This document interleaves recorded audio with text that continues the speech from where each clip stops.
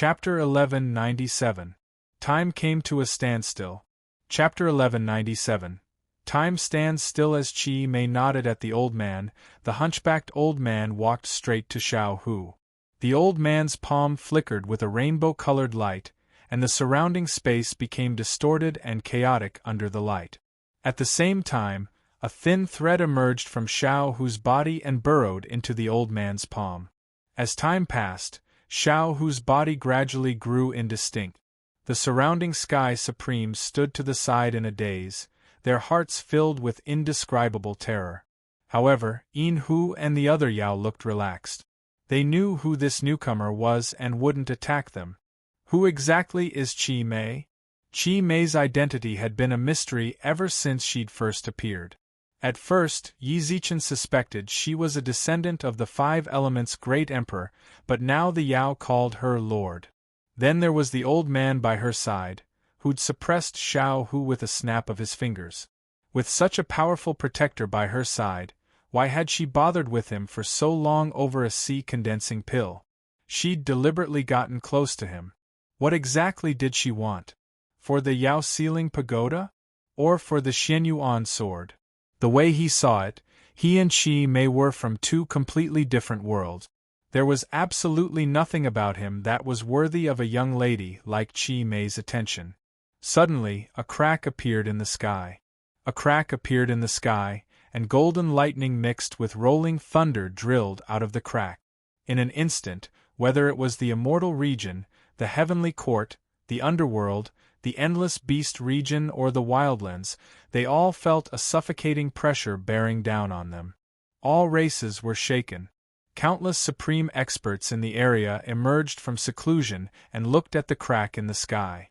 It was also at this moment that they realized how insignificant they, who had once been looked up to by all the saints in this domain, were now. They resisted the trembling in their hearts and raised their heads, wanting to see what was inside the crack. However, at that moment, time stands still. A golden pendulum clock suddenly appeared in the sky. Its pendulum let out a low, clear cry, then stopped swinging. The wind stopped blowing and the water stilled. It was as if the entire world had frozen over. The experts of the heavenly court, underworld, and immortal region were all frozen in their positions, looking up at the sky, sealed in place. Xiao family, you've gone too far. After freezing everything in the world, a child riding a green ox walked out of the wilderness. We agreed to send a heavenly supreme here, which was a huge concession. Even if you left a strand of a deva soul in your weapon, we would have let you off the hook. But now you want to come here with your true form? This has nothing to do with you. Scram! A deep roar resounded from the crack, and in the blink of an eye, a pair of giant hands appeared from the crack, tearing the sky apart. Not long after, a brawny man with lightning flashing all over his body walked out of the crack. This brawny man was Xiao Hu's main body. As he stepped into the wildlands, the space around him seemed to be unable to withstand the pressure, and cracks began to appear in the space around him. Don't go too far. The child riding the green ox rebuked. I said, don't meddle in other people's business, or I'll kill you too. Rumble. A bolt of purplish-red divine lightning crashed down on the child. Before it could strike, a colorless barrier appeared around the child, protecting him. However, the residual power of the lightning destroyed more than half of the wildland. Scram! His eyes narrowed and his voice rumbled. Xiao Hu was like a god descending to the mortal world. He stood proudly in the sky and shouted at the child mercilessly. You! The child glared at Xiao Hu in the sky, then silently retreated to the side. However, at that moment, Chi Mei appeared beside the child at some point. She reached out and tousled his hair, a smile in her eyes. Little brother, don't be afraid. Big sister is here. With that, she turned to the old man and spoke softly. Uncle Lu, you want my deva soul? I'd like to see if you have what it takes. Suddenly, a 10,000-meter-tall shadow appeared behind Xiao Hu. It was a deity holding a thunder god hammer with lightning flashing in its eyes. As Xiao Hu waved his arm, the deity behind him followed suit. His arm carried a force that seemed capable of collapsing mountains and rivers as it ruthlessly smashed down on the old man. Noisy. The old man didn't even bat an eyelid. He waved his right hand, and to everyone's astonishment, Shao Hu disappeared from the space. Subsequently, the collapsed mountains returned to their original state. The half-destroyed wildlands was also restored to its original state. The broken sky was completely healed. It was as if nothing had happened. At the same time, Shao Hu's Deva soul condensed into a palm-sized soul core in the old man's hand. "Why did you let him go?" Chi Mei asked when she saw this. The old man put away the soul core and handed it over to her. "The space here is too weak. If I were to unleash my powers here, I'm afraid the entire world would collapse. I sent him to the outside. Once you're done here, it won't be too late for me to deal with him." "All right, but the masters of the laws really are getting worse with each generation." She shook her head at the cowherd boy and sighed. Then she snapped her fingers at the golden clock. The pendulum clock disappeared from the sky, and the cowherd boy on the back of his azure ox vanished from the wastelands as well. Where did it go? The immortal kings of the 3 lower realms looked up at the sky in astonishment. It wasn't just them. The sky supremes of the wastelands looked up at the sky in bewilderment. Just now, they'd clearly sensed a transcendent aura descend upon this world. "I can't help but feel like I missed something." Yi Zichen knit his brows. Although he'd caused the pendulum clock to appear and stop time, he had the feeling that something had happened in between. He looked around, but nothing had changed. The Sky Supremes, Chi Mei, and the old man were still standing where they'd been. Wait, why had Shao Hu disappeared? Shao Hu's body clearly hadn't completely disappeared just now. "Sweetie, what are you thinking about?" As Yi Zichen pondered what had happened, Chi Mei walked up to him, her hands clasped behind her back. She batted her eyes at him and giggled. "Chi Mei, oh Chi Mei, just who are you?" Yi Zichen muttered to himself, then pressed his lips into a smile. "I'm not thinking about anything. Oh right, where did Shao Hu go?" Chapter 1198. A Diviner Soul? The soul core was slightly warm in his hand, and he could feel the domineering lightning-type energy wreaking havoc within it. Shao Hu became like this? That's right. This is just a strand of his soul. Absorbing his soul is the only way to form such a large soul core, said Chi Mei, clearly disappointed. Then can I ask you a question? Go ahead. Just now, there seemed to be a rift in the sky. I wonder. Yi Zichen hesitated. You're talking about that? I don't know either. Chi Mei pursed her lips and said, I also saw that crack just now and specially asked Uncle Lu. However, Uncle Lu said that he didn't know what happened. Chi Mei shrugged, and then she smiled sweetly and said, Don't worry. All right, what's the point of thinking so much? She didn't know either? Yi Zichen had once thought there was something fishy going on, and that Chi Mei had absolutely nothing to do with it. However, her explanation just now was flawless, so Yi Zichen had no way of doubting her. Fine, you can have the diviner soul. It was absorbed by your people, so it should belong to you.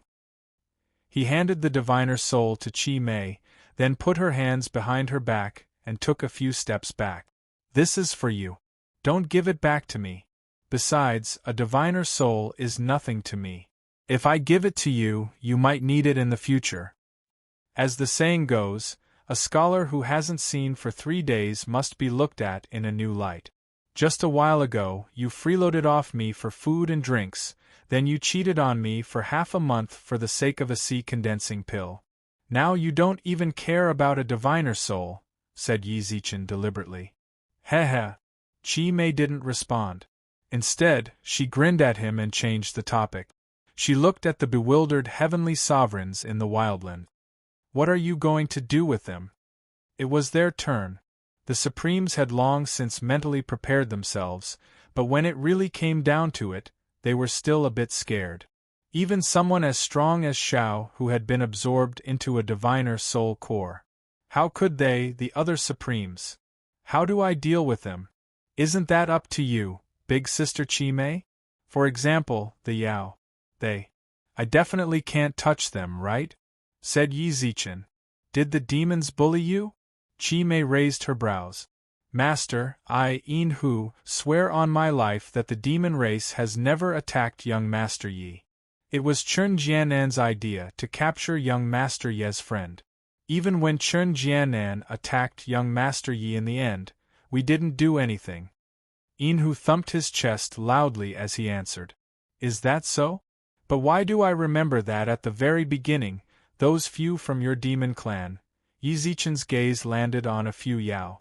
When they noticed his gaze, they hurriedly lowered their heads, not daring to meet his eyes. They all attacked me. If I didn't have an ultimate move, I wouldn't have been able to kill them. In the end, Yin Hu's face immediately turned the color of a pig's liver. He scratched his head, not knowing what to say. At the very beginning, the Yaoan gods had indeed joined forces against Yi Zichen, but in the end, the ones who'd been bullied were their own. Forget it. I have to give Chi-mei face. You've all performed well, so I won't bicker with you. Thank you, young Master Yi. Yin Hu and the Yao Supremes all bowed respectfully. After that, Yi Zichen's gaze landed on the God Race Supremes. After staring at them for a few seconds, he snorted coldly and turned away. In the end, I'll settle things with you. Whoosh. In an instant, the hearts of the God Race's Supremes turned cold. From Yi Zichen's tone, it seemed there was no way he'd let them off easy. Considering their recent behavior, they couldn't blame Yi Zichen for treating them this way. The ones who'd attacked the most were the gods, and the ones who'd behaved the worst were also the god.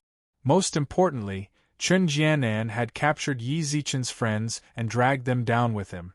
Little did they know, just a short while ago, they'd rejoiced at Chen Jianan's actions.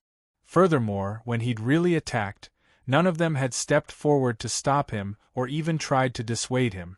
People were always like this. Ignoring the gods, Yi Zichen clasped his hands behind his back and walked up to Jackdaw.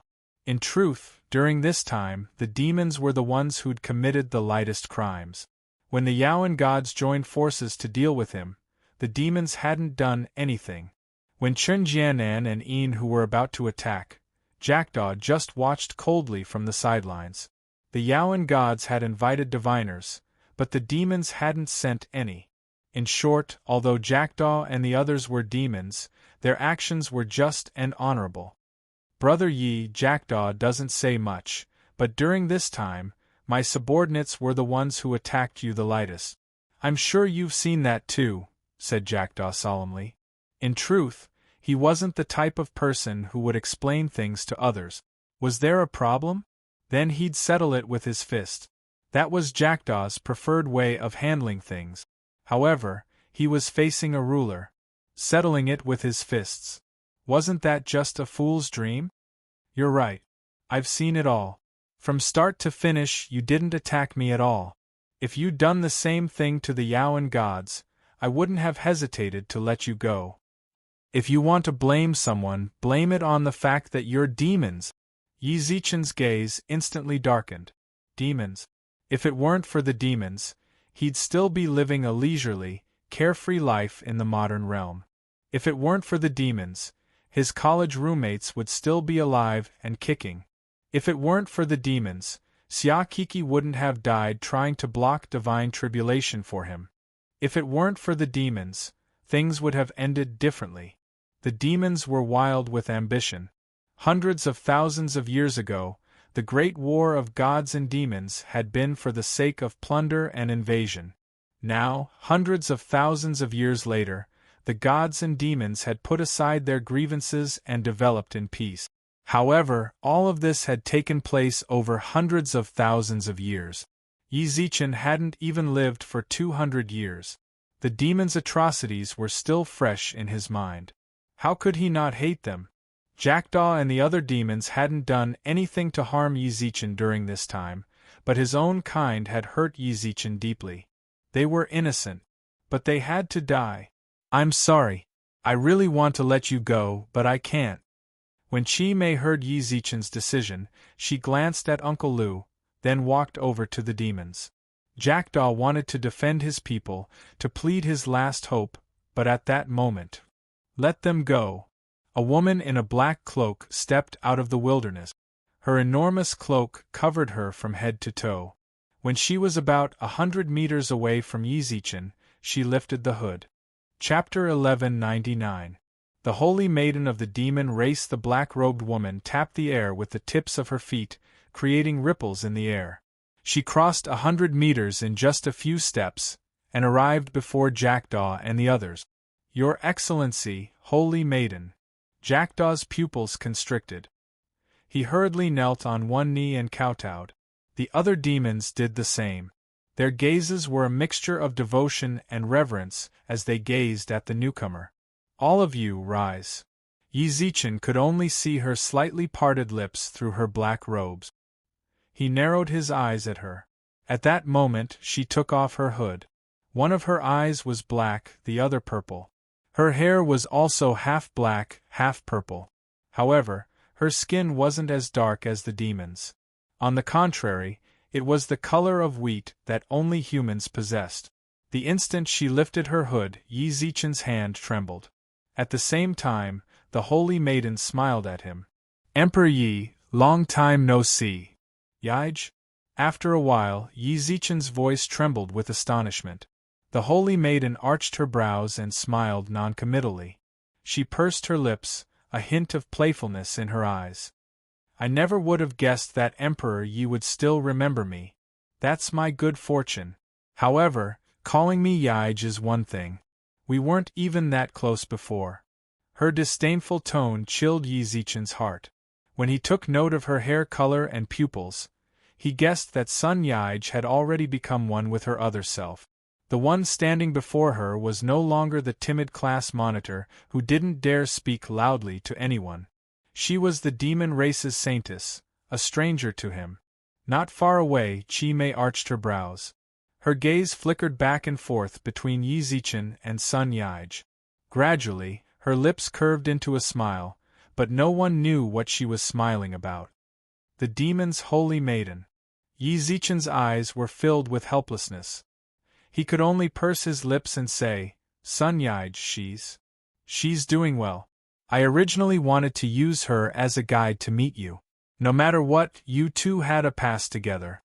It's just that she's still the same as before. I'm worried that she'll make a fool of herself if she sees you. That'll damage my status as the Holy Maiden." The Holy Maiden smiled calmly, then her eyes flashed as she looked at Yi Zichen. "I've come to take them away. I wonder if Emperor Yi will give me face?" "Go ahead."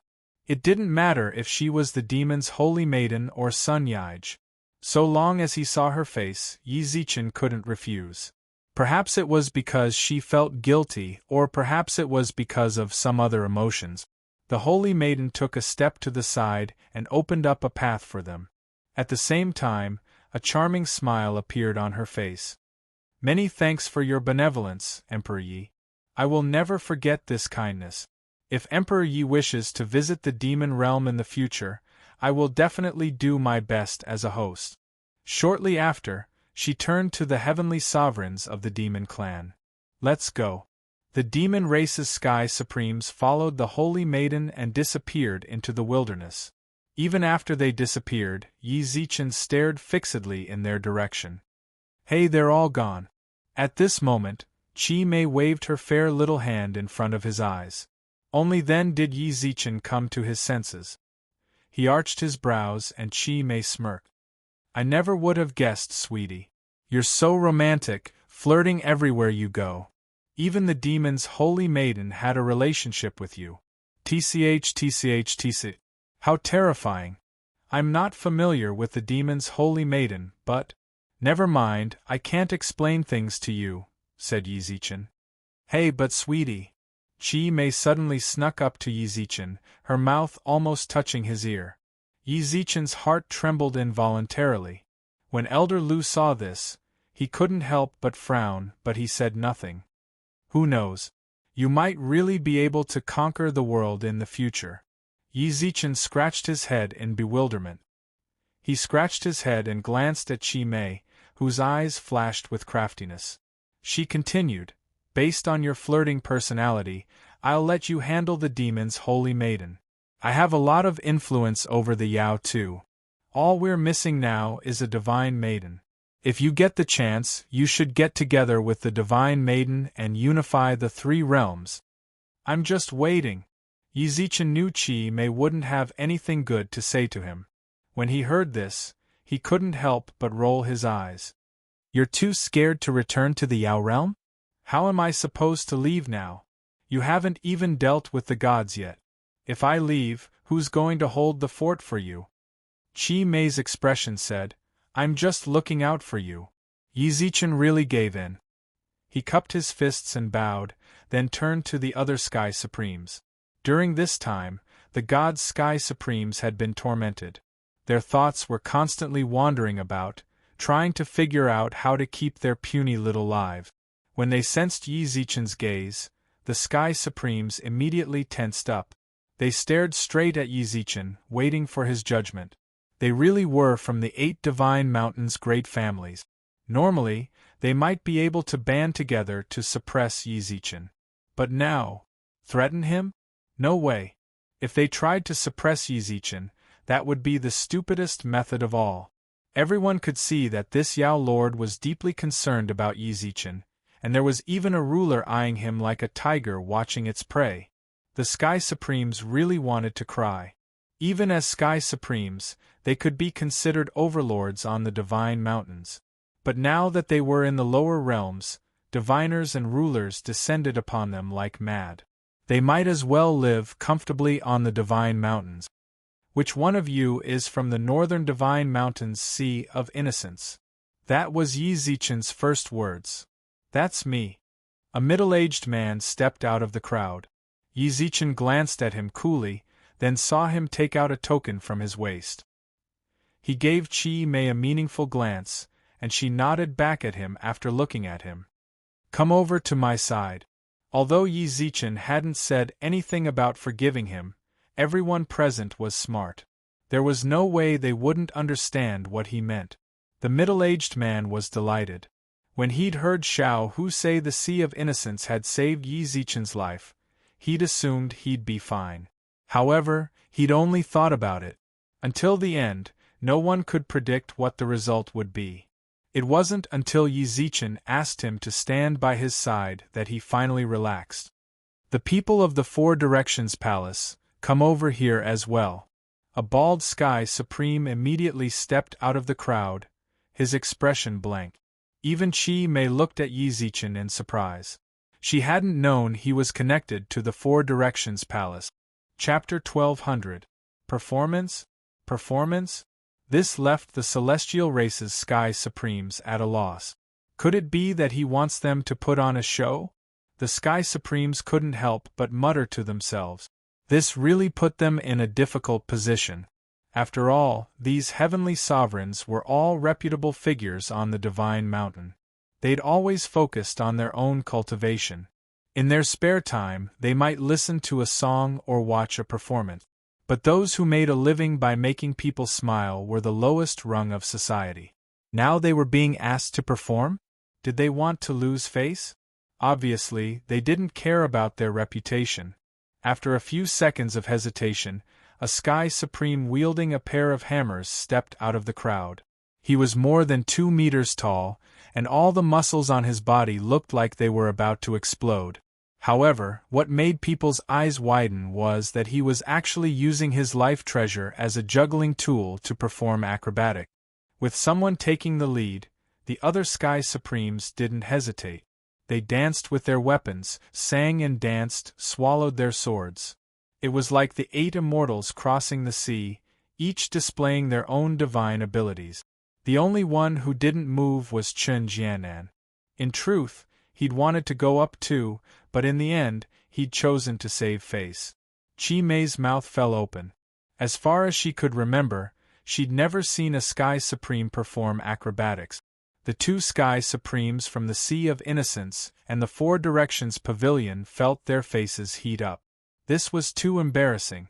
They couldn't help but glance at Yi Zichen, then at the Sky Supremes doing their best to put on a show. They silently closed their eyes. What are they doing? Even Yi Zichen was at a loss. He'd told them to perform, and they'd really do it?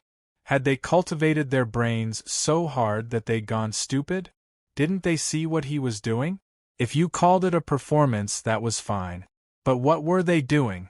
Acrobatics wasn't exciting or funny, and poetry writing left him speechless. Furthermore, their folk dance was an eyesore. Stop!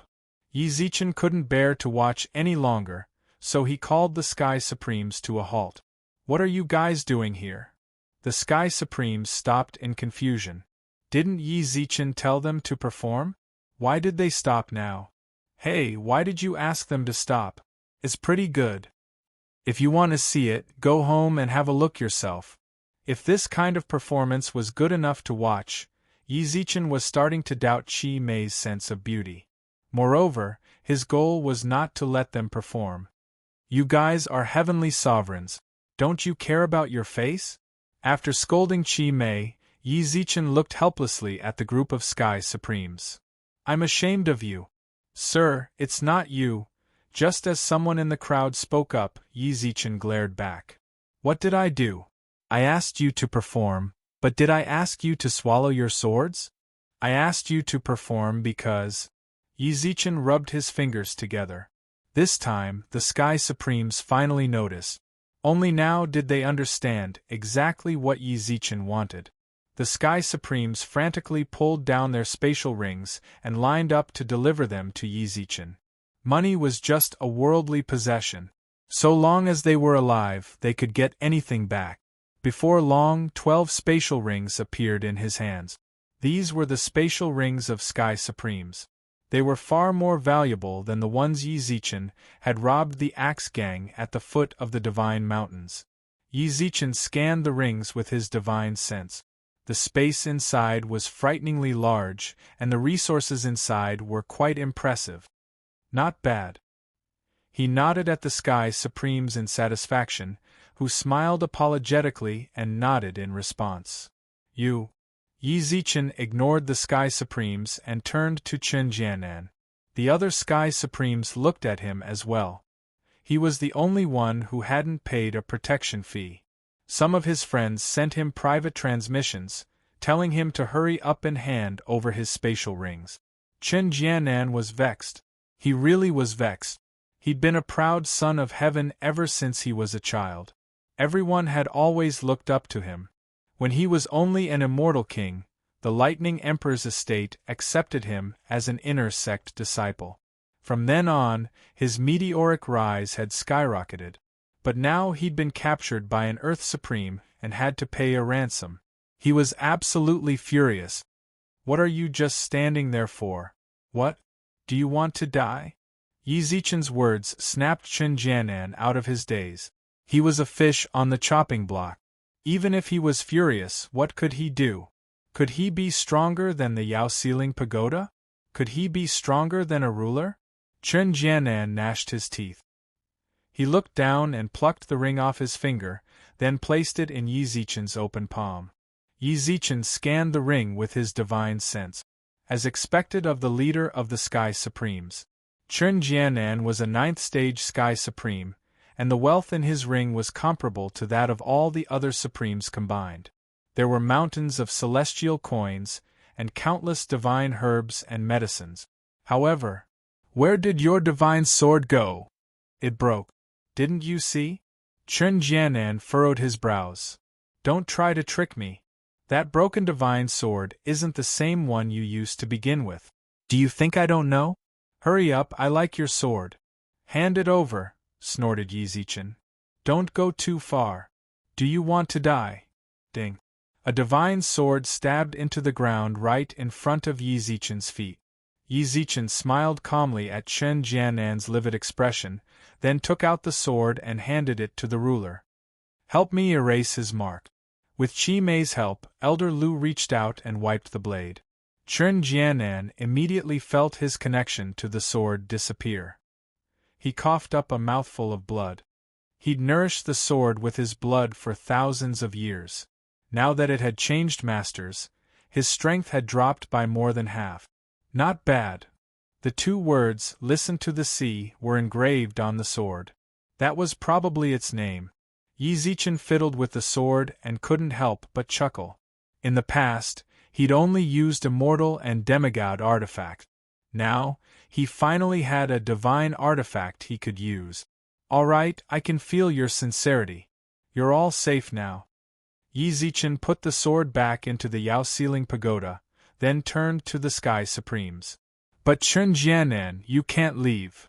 "What do you mean?" roared Chun Jianan. "I've already fulfilled all your demands." "You don't get so worked up." Yi Zichen shook his head and sighed. "You've passed my test, but you haven't passed Qi Mei's test yet. Isn't that right, Qi Mei?"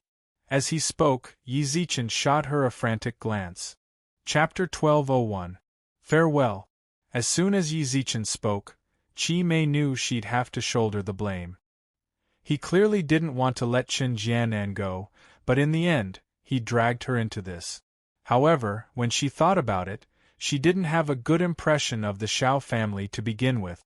Although she didn't want to deal with a puny Sky Supreme, if Yi Zichen wanted to take care of him, she could help him out. "That's right, I never said I'd let you go." Compared to Yi Zichen, Qi Mei was even more decisive. She shot a look at Elder Lu, and the surrounding supreme beings saw the elder gently point his right hand forward, and Chun Jianan disappeared from everyone's line of sight. No one knew what happened to him, but Elder Lu's methods made the supremes' hearts tremble. A ruler was worthy of his reputation. He truly lived up to his reputation of being the ruler of all things. Not bad, not bad. Yi Zichen smiled in satisfaction. Chun Jianan had tried to kill him as soon as he'd arrived, killed his colleagues, and forced him to hole up in the Yao ceiling pagoda for 3 years. If Yi Zichen let someone like that go, he'd really lost his mind. I did well, didn't I? Shouldn't you reward me, sweetie?" Qi Mei clasped her hands behind her back and giggled. She pouted and blinked like a little girl. "Don't mess around. What do I have to reward you for?" said Yi Zichen helplessly. "How could you not? The Xianyuan sword and the Yao ceiling pagoda are both peerless divine artifacts. If you gave me either one, I'd be so grateful I'd cry tears of gratitude." Qi Mei's eyes narrowed into slits as she glanced at the Yao ceiling pagoda. "She wants the Yao ceiling pagoda too?"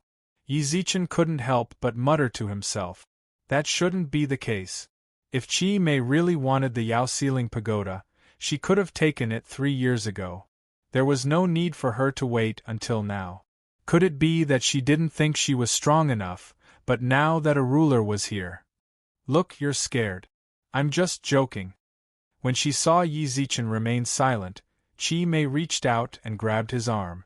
"What's yours is mine, and what's mine is yours. It doesn't matter who has this treasure. Don't you think so, sweetie?" "Miss, we should go. If we delay any longer, Shao Hu might flee the outside. When I attacked him, I felt that he might have already become a sovereign." When he saw Qi Mei and Yi Zichen acting so intimately, the elder knit his brows. "Then hurry up and go." "It's not like I can't go back myself," Qi Mei replied. "Miss." Elder Lu's tone instantly darkened.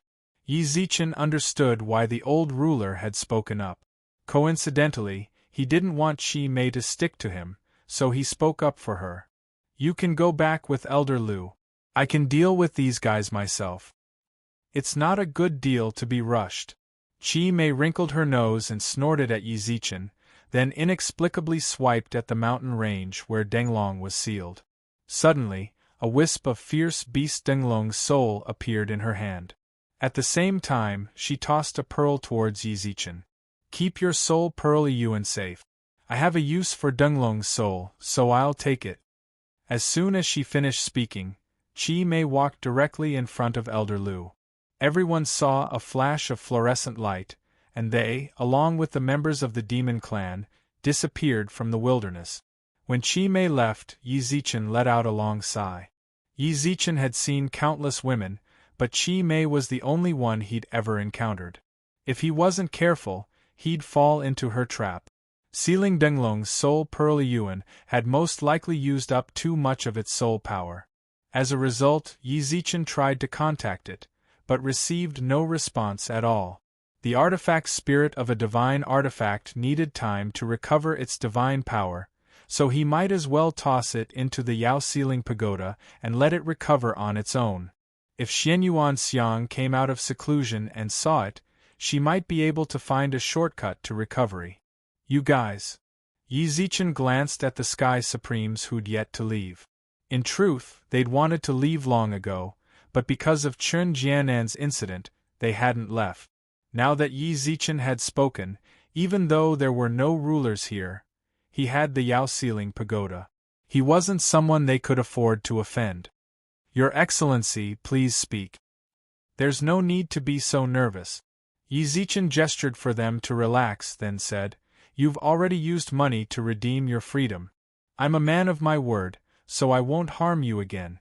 However, before you leave, there's something I need to warn you about. The Supremes listened attentively. Yi Zichen spoke up.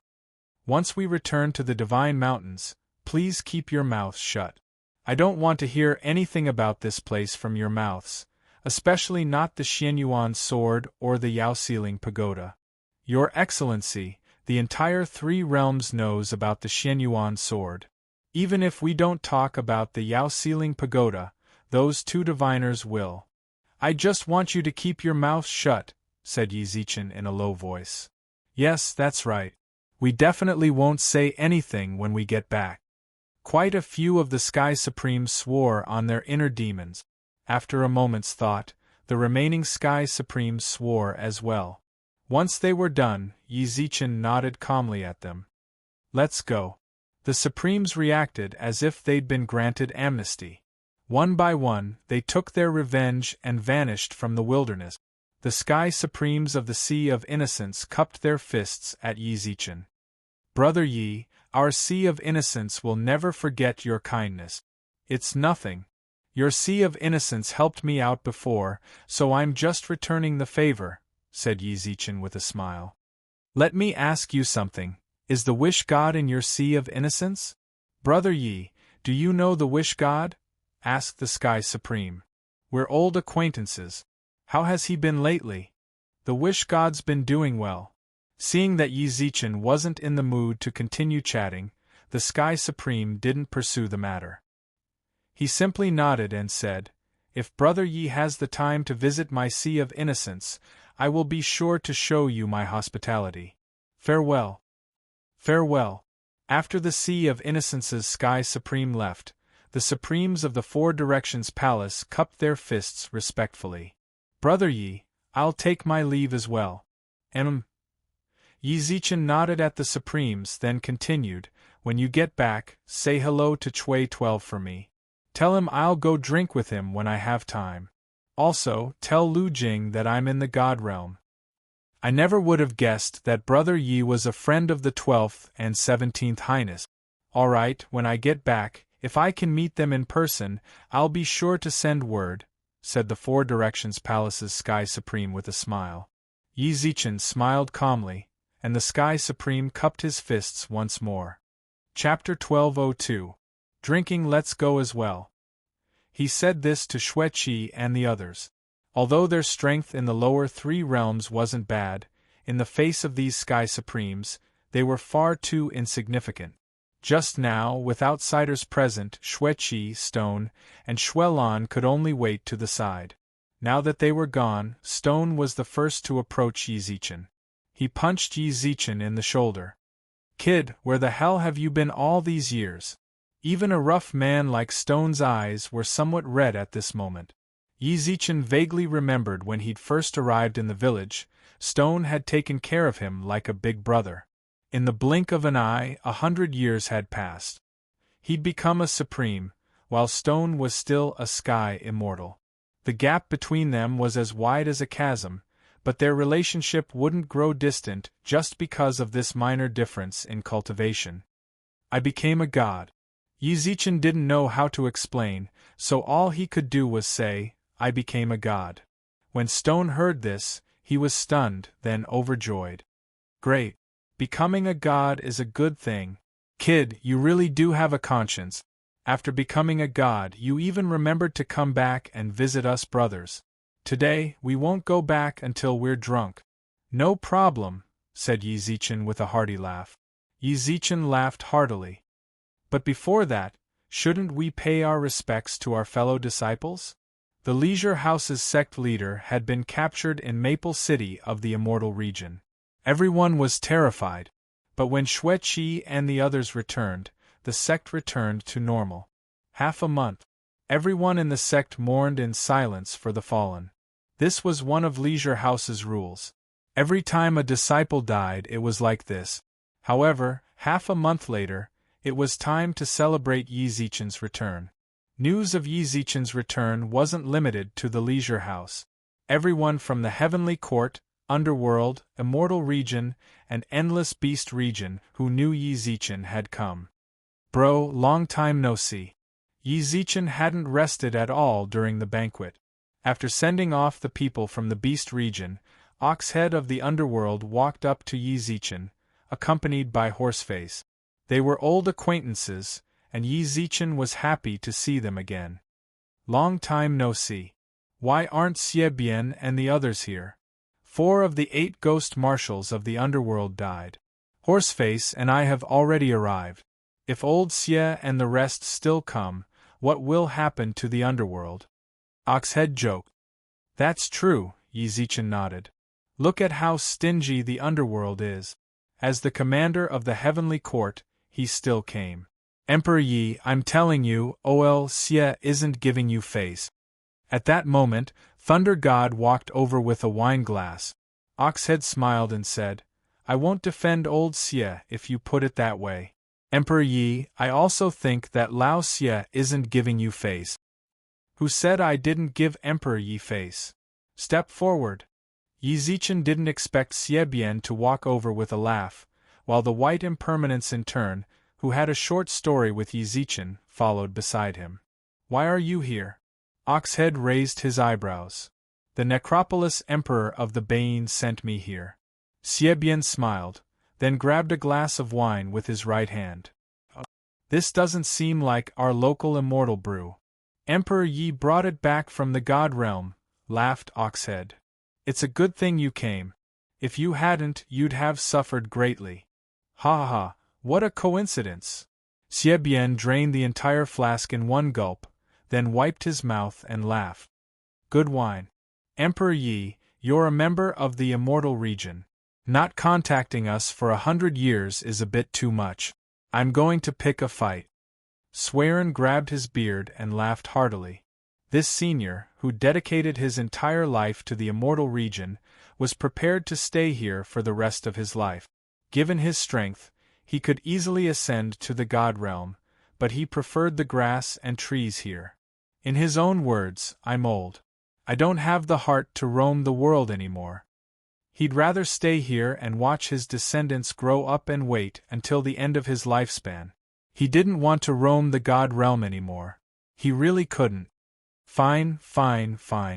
It's my fault. I'll drink 3 cups as punishment. The atmosphere at the banquet was joyous. With so many powerhouses gathered in one place, it was truly a grand occasion.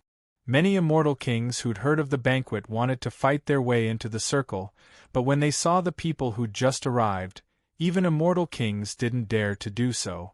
The people who'd come were simply too senior and high in status. After 3 rounds of wine, everyone was pretty much done. The old friends found a place to chat. Horseface was the one who talked the most. Although he usually only said, Big Brother Oxhead is right, and always followed Oxhead around, he became a chatterbox after drinking. He talked about everything from the underworld brat to the 10 Yama kings. If Oxhead hadn't knocked him out, he might have even talked about the great sacred emperor equaling heavens. I'm drunk. Everyone, just treat it as a joke. Oxhead laughed along with the other immortals after Horseface lay down. It's fine. People like us really do have a belly full of bitterness. Taking advantage of our drunkenness to pour it all out is actually pretty good, laughed the God of Thunder. Emperor Yi, how long are you planning on staying this time? asked the god of fortune. I should be heading back soon. Yi Zichen wasn't alone. He had a faction backing him. He'd provoked the Lightning Emperor's Shao family several times, and the Supremes who'd returned to the Divine Mountains couldn't be trusted. Right now, upheaval was still in its infancy. If he didn't keep an eye on it, he wouldn't feel confident. Besides, he was now a Supreme. The laws here couldn't possibly let him stay for too long. The God Realm. Someone sighed softly, but the surrounding people's expressions turned to one of longing. They were different from Swearin. They hadn't reached the point where they die of old age. They still wanted to take another step forward and see for themselves what the God Realm was like. Emperor Yi, what on earth is the God Realm like? The God Realm? As he described the God Realm in his mind, the surrounding immortals' gazes shifted once more. The 9 divine mountains? The gods, Yao, and demons are friends. The God Emperor, Yao Emperor, and Demon Emperor? In short, everything was new and novel to them. This only increased their thirst for the God Realm even more. I really don't know when I'll be able to ascend, muttered the God of Thunder. By now, of the people Yi Zichen was familiar with, only the God of Thunder and the God of Fortune hadn't ascended yet. A few years ago, 3rd Prince Neza successfully passed the tribulation and ascended. His father followed closely behind and ascended to the God Clan. The 2 old men, Yu Lao and Taishang Laojun, seemed to have encountered some kind of evil, but they also ascended a few months ago, leaving the God of Thunder and the God of Fortune to depend on each other. Yi Zichen patted him on the shoulder. This wasn't something that could be rushed. Yi Zichen inexplicably recalled something. He couldn't help but ask the God of Thunder and the God of Fortune. Chapter 1203. Return to the Protoss. Although the God race had communication jade slips, in Yi Zichen's opinion, this method of communication was too outdated. Ever since he ascended, he had complained more than once about the communication methods of the Protoss. Now that he had returned to the lower realm, he might as well bring the advanced technology here to the Protoss. Not yet, replied Thunder God after a moment's thought. Emperor Yi, why do you ask? I want to bring them to the God Realm. With that, Yi Zichen told the Lightning Emperor and the others about his plan, then added an explanation. This way, even if someone ascends, we can still communicate through the group chat. We won't lose contact after ascending. The Thunder Emperor hesitated for a moment before saying, in that case, I'll go back now. Now that our information network here is complete, I'll discuss this with the Heavenly Emperor. I believe he will agree to it. Then let's go back and discuss it with the Great Emperor. Back then, when we established the information network, the Underworld and the Heavenly Court built it at the same time.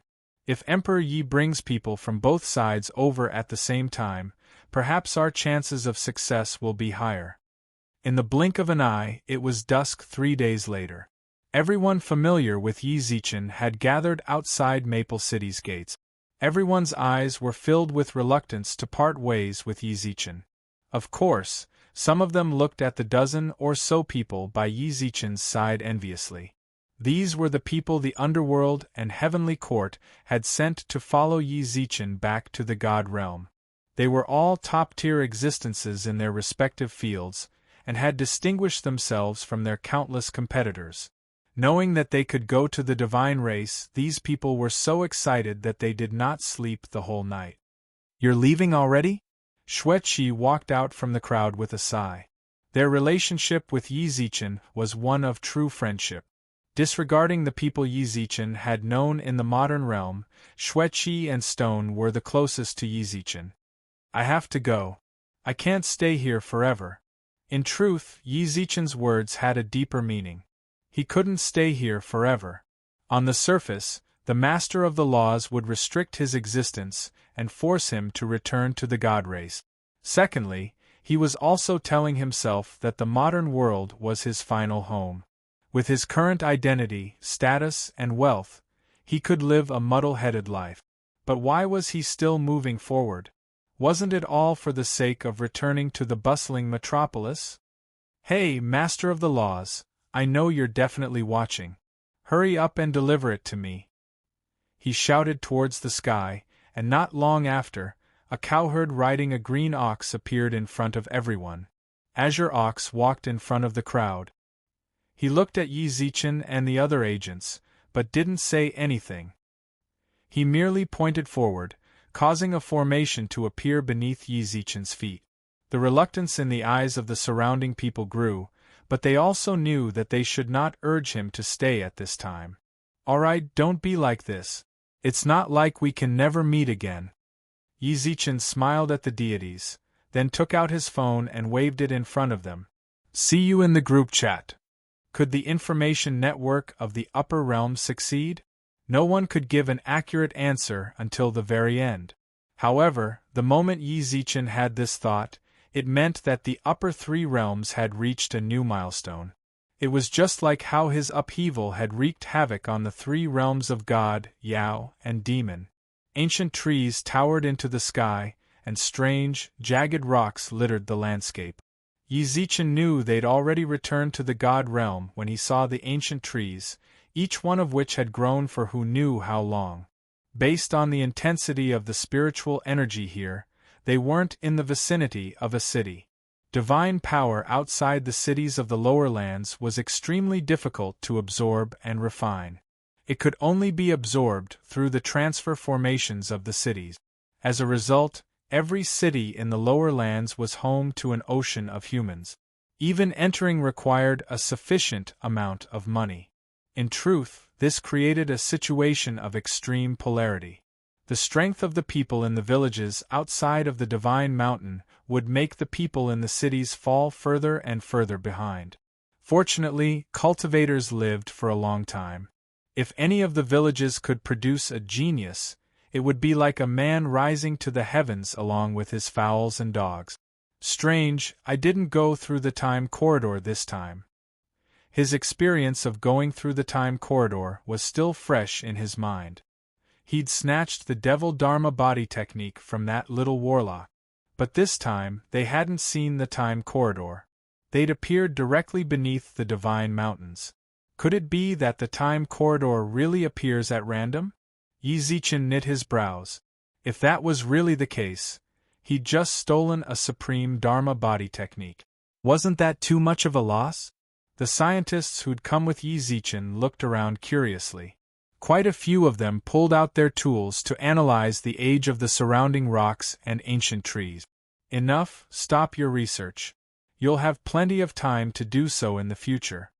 Yi Zichen stopped the scientists, then spread his divine awareness outward.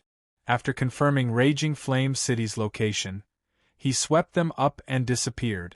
Raging Flame City. The establishment of Upheaval's headquarters brought a new lease on life to this city, which had been famous for hundreds of thousands of years. Now, no one dared treat it as an ordinary mortal district's city anymore. With Upheaval's support, it had become the capital of the hundreds of cities beneath the northern Divine Mountain. Both inside and outside the city, there was an endless stream of cars and people. Due to the influx of new residents, Raging Flame City had even begun to expand.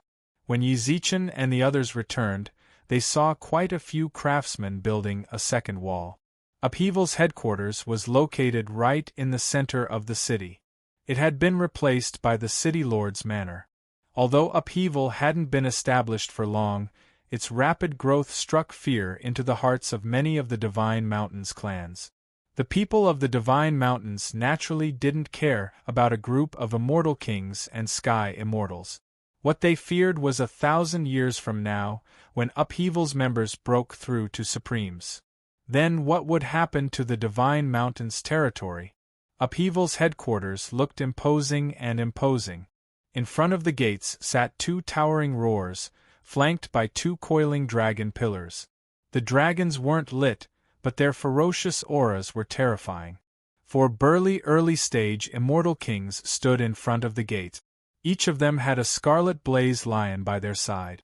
Just as Yi Zichen was about to enter, one of the men stopped him. He spoke in a formal, meticulous tone, and the scarlet blaze lion by his side snarled at him. Chapter 1204. Upheaval 3 years later. The 10 odd informers behind Yizichin were all shocked when they sensed the man's aura. The gatekeepers were all immortal kings. This kind of power could probably destroy the heavenly court and the underworld with the flip of a hand. However, judging from his expression, he didn't seem to recognize Emperor Yi. Before coming here, hadn't Emperor Yi told them that he'd founded Upheaval? Yizichin, who'd retreated to the bottom of the stairs, couldn't help but smile wryly. It was a bit awkward to be stopped by his own subordinate. "You don't recognize me?" He looked at the men in a probing manner. The man who was guarding the door was startled after hearing this and couldn't help but ask carefully. "You are?" Yizichin couldn't help but sigh dejectedly when he heard the man's reply. "It seems like I'm too low-key, to the point that the gang members don't recognize me." The atmosphere was rather awkward, but what could Yizichin do? He couldn't blame them, they were just following the rules. "Forget it, you guys go do your own things." Yizichin rubbed his nose and walked over to the shade of a nearby tree, then leaned against it and sent Wei Jie a message. Before long, an incredibly beautiful woman emerged from Upheaval's headquarters. Elder Yu. The immortal kings guarding the door all nodded at her. The woman also nodded slightly, then stood in front of the door and kept looking around. "This." Yizichin walked out from the shade of the tree when he saw the newcomer and raised his hand. The newcomer was one of Upheaval's 6 founding human immortals, Yu Zhilan. When she saw Yizichin, her eyes lit up with delight. She jogged up to him and bowed in the manner of a subordinate. "My lord, you've returned." "HM? Why didn't Wei Jie come out?" "What, you've been the gang leader for so long that you're putting on airs?" "Sir, you've misunderstood. Sir Wei Jie is not in Flame City right now. After receiving your message, he quickly informed his subordinates to come and fetch you. Lord Wei has worked hard for the faction and is loyal to you. Please understand, Lord." Actually, Yizichin was just joking when he said that. He didn't expect Yu Zhilan to give such a serious explanation. What's more, there was a hint of anxiety in her expression. Something was wrong. Yizichin smiled at her, then spoke. "All right, I understand Wei Jie's loyalty. Let's not talk here. Let's go in and chat. Please." Yu Zhilan took half a step back, then followed Yizichin inside. "Did you all hear what Elder Yu said just now?" one of the immortal kings guarding the door asked. "She said Boss Wei is loyal and devoted to that person. Doesn't that mean that person just now is the person behind Upheaval? That's the one who killed a Deva's disciple right in front of him and forced him to return in defeat. What on earth was I doing?" The man who'd stopped Yizichin scratched his head in frustration. Yangshin Palace Hall. Since Yizichin didn't want too many people to know of his existence, Yu Zhilan brought him here. Upheaval was such a large organization, so it was only natural that a lot of things happened in the middle of its operations. During his free time, Wei Jie was used to sitting alone and watching the night scenery. Only elders and above could enter this place, and it was rather secluded. Wei Jie is really enjoying himself. In the past few years, Yizichin had been bullied by Chen Jianan and company, so he was a bit jealous when he saw the heart-nurturing palace. "My lord, Wei Jie," Yu Zhilan tried to defend him again, but Yizichin couldn't help but shake his head with a smile. "Hey, that's a bit strange. Every time I say something bad about Wei Jie, you get all worked up? There's something going on between the two of you." Yu Zhilan inexplicably blushed despite herself. "Wei Jie and I got married last year." No wonder Wei Jie was in such a hurry. He hadn't expected them to get married. Yizichin stared blankly at Yu Zhilan's blushing face. After a moment's hesitation, he took out a water-type spiritual pearl from the Yaoxiling pagoda. It wasn't a high-grade pearl, but it was an immortal artifact. However, it could replenish moisture at any time and keep one's skin hydrated. Yizichin had obtained it from a female Sky Supremes while robbing them. There was no point in keeping it, so he might as well offer it to her. "I didn't participate in the wedding, so take this pearl as a congratulatory gift." Your Excellency, this. Take it. He shoved the pearl into Yu Jilan's hands. Although she tried to refuse, when she sensed the pearl's uniqueness, her refusal weakened a bit. She was a woman, after all. There was no such thing as a woman who didn't like making herself more beautiful. When Yi Zichen saw her little movements, he couldn't help but purse his lips into a smile. Then, she sat down in the hall and spoke. Then she sat down and said, "In the past 3 years I was gone, upheavals developed quite well. Look, all the guards are immortal kings. Scarlet flame lions too. They seem pretty expensive, don't they?" Scarlet flame lions were Yao, but they weren't divine beasts. However, their combat strength was extraordinary. Scarlet flame lions were as strong as human immortals, and adult scarlet flame lions could even reach the supreme level. The demon race had agreed to the human race's purchase and trade of this demon beast, but it was very expensive. That's right. When Yi Zichen mentioned the gang, Yu Jilan's aura changed. Upheaval is now, without a doubt, the #1 faction in the lower lands. We have over 300,000 immortal kings and countless sky immortals and human immortals. In truth, Scarlet Flame Lions are only second-grade battle beasts. Every immortal king in the gang has one. We still have 6,000 specter horses in our gang. They are for the use of the branch hall masters and above. Then aren't we tight on finances? Asked Yi Zichen in astonishment. Your Excellency, we no longer need to pay for our finances. Our net profit per quarter is estimated at 4 billion Celeste. 4 billion. Yi Zichen was truly shocked. When upheaval first formed, that was like a bottomless pit. Several billion Celeste was gone in just a few days. In order to stabilize upheaval's daily expenses, Yi Zichen had racked his brains. In just 3 years, the gang had undergone such earth-shattering changes. If we had a business genius, I think we'd be able to earn more than 4 billion Celeste. Although we're working with the Skyspan Trading Company, and because we're a major client, they only take 3% of the profits. That's still no small sum. In terms of trade, we're at a huge disadvantage. Wei Jie has told me more than once that he wants to establish a trading company, but he has no connections. If we had a trading company, we'd be able to sell our goods to the Yao and demons, instead of just selling to the Skyspan Trading Company and letting them make all the money. The Skyspan Trading Company. That was his concubine's family business. In truth, selling it to them wouldn't be a loss. In any case, they were family. However, Yi Zichen also felt that since the gang had already developed to this point, they really did need a trading company. As for who to choose from. Chapter 1205. Outside Azure Chilan village, swamo below the Divine Mountains, there were many ways for the villages outside the cities to earn Celeste. Hunting wild beasts, selling them, mining, but all of these had a certain degree of danger. The most stable and direct way was to grow herbs. As such, under normal circumstances, all villages, large, medium, and small, would open up a place suitable for growing herbs outside the village. This was also the main source of income for the entire village. In a medicinal garden in a village outside Azure Chilan City, 2 women carried baskets on their back.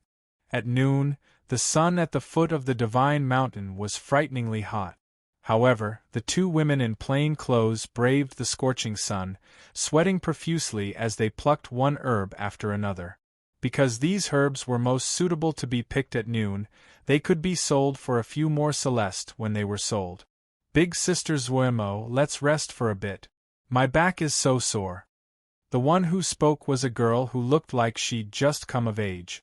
Her eyes were full of mischievous intelligence, her hands were pitch black, and her face was filled with exhaustion. The other woman raised her head.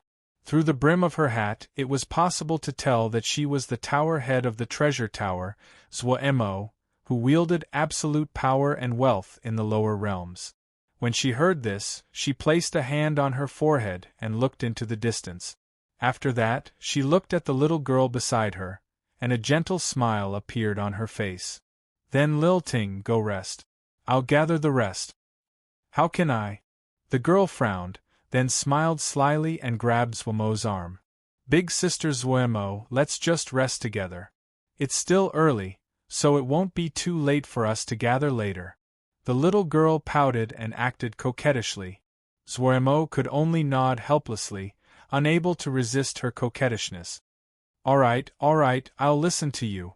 They sat down in the shade of a nearby tree, then laid down her basket and faced the sky.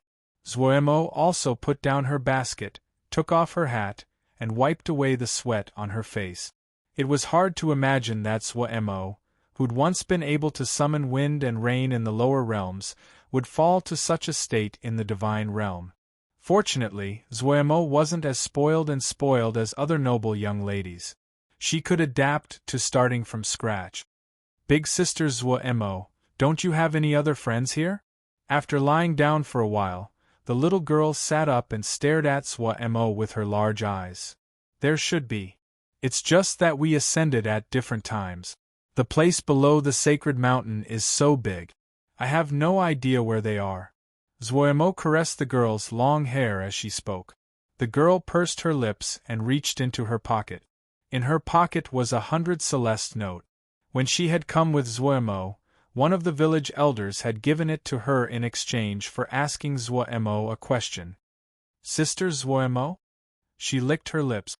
When she saw Zwamo turn to look at her, she nervously clutched the Celeste in her pocket. Only then did she make up her mind. Why don't you accept Nan's pursuit? Zwamo was startled when she heard this. She looked at the little girl meaningfully. The little girl became more and more timid under her gaze. In the end, she did not dare to look at her and lowered her head. Wang Nan asked you to ask, right? Yes. The girl pursed her lips, somewhat dejected.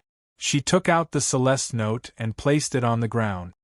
Brother Nan gave me 100 Celeste notes on my way here. He told me to ask big sister Zwamo, you little money grubber. Zwamo tapped the girl's forehead, then placed the Celeste note back in her hand. Go back and tell him not to waste any more time with me. I already have someone I like. Is that so? The girl scratched her head and giggled. Was he your Tao partner in the lower realms? No, he never accepted me. Bitterness flashed through Zwamo's eyes. How is that possible? The girl gasped.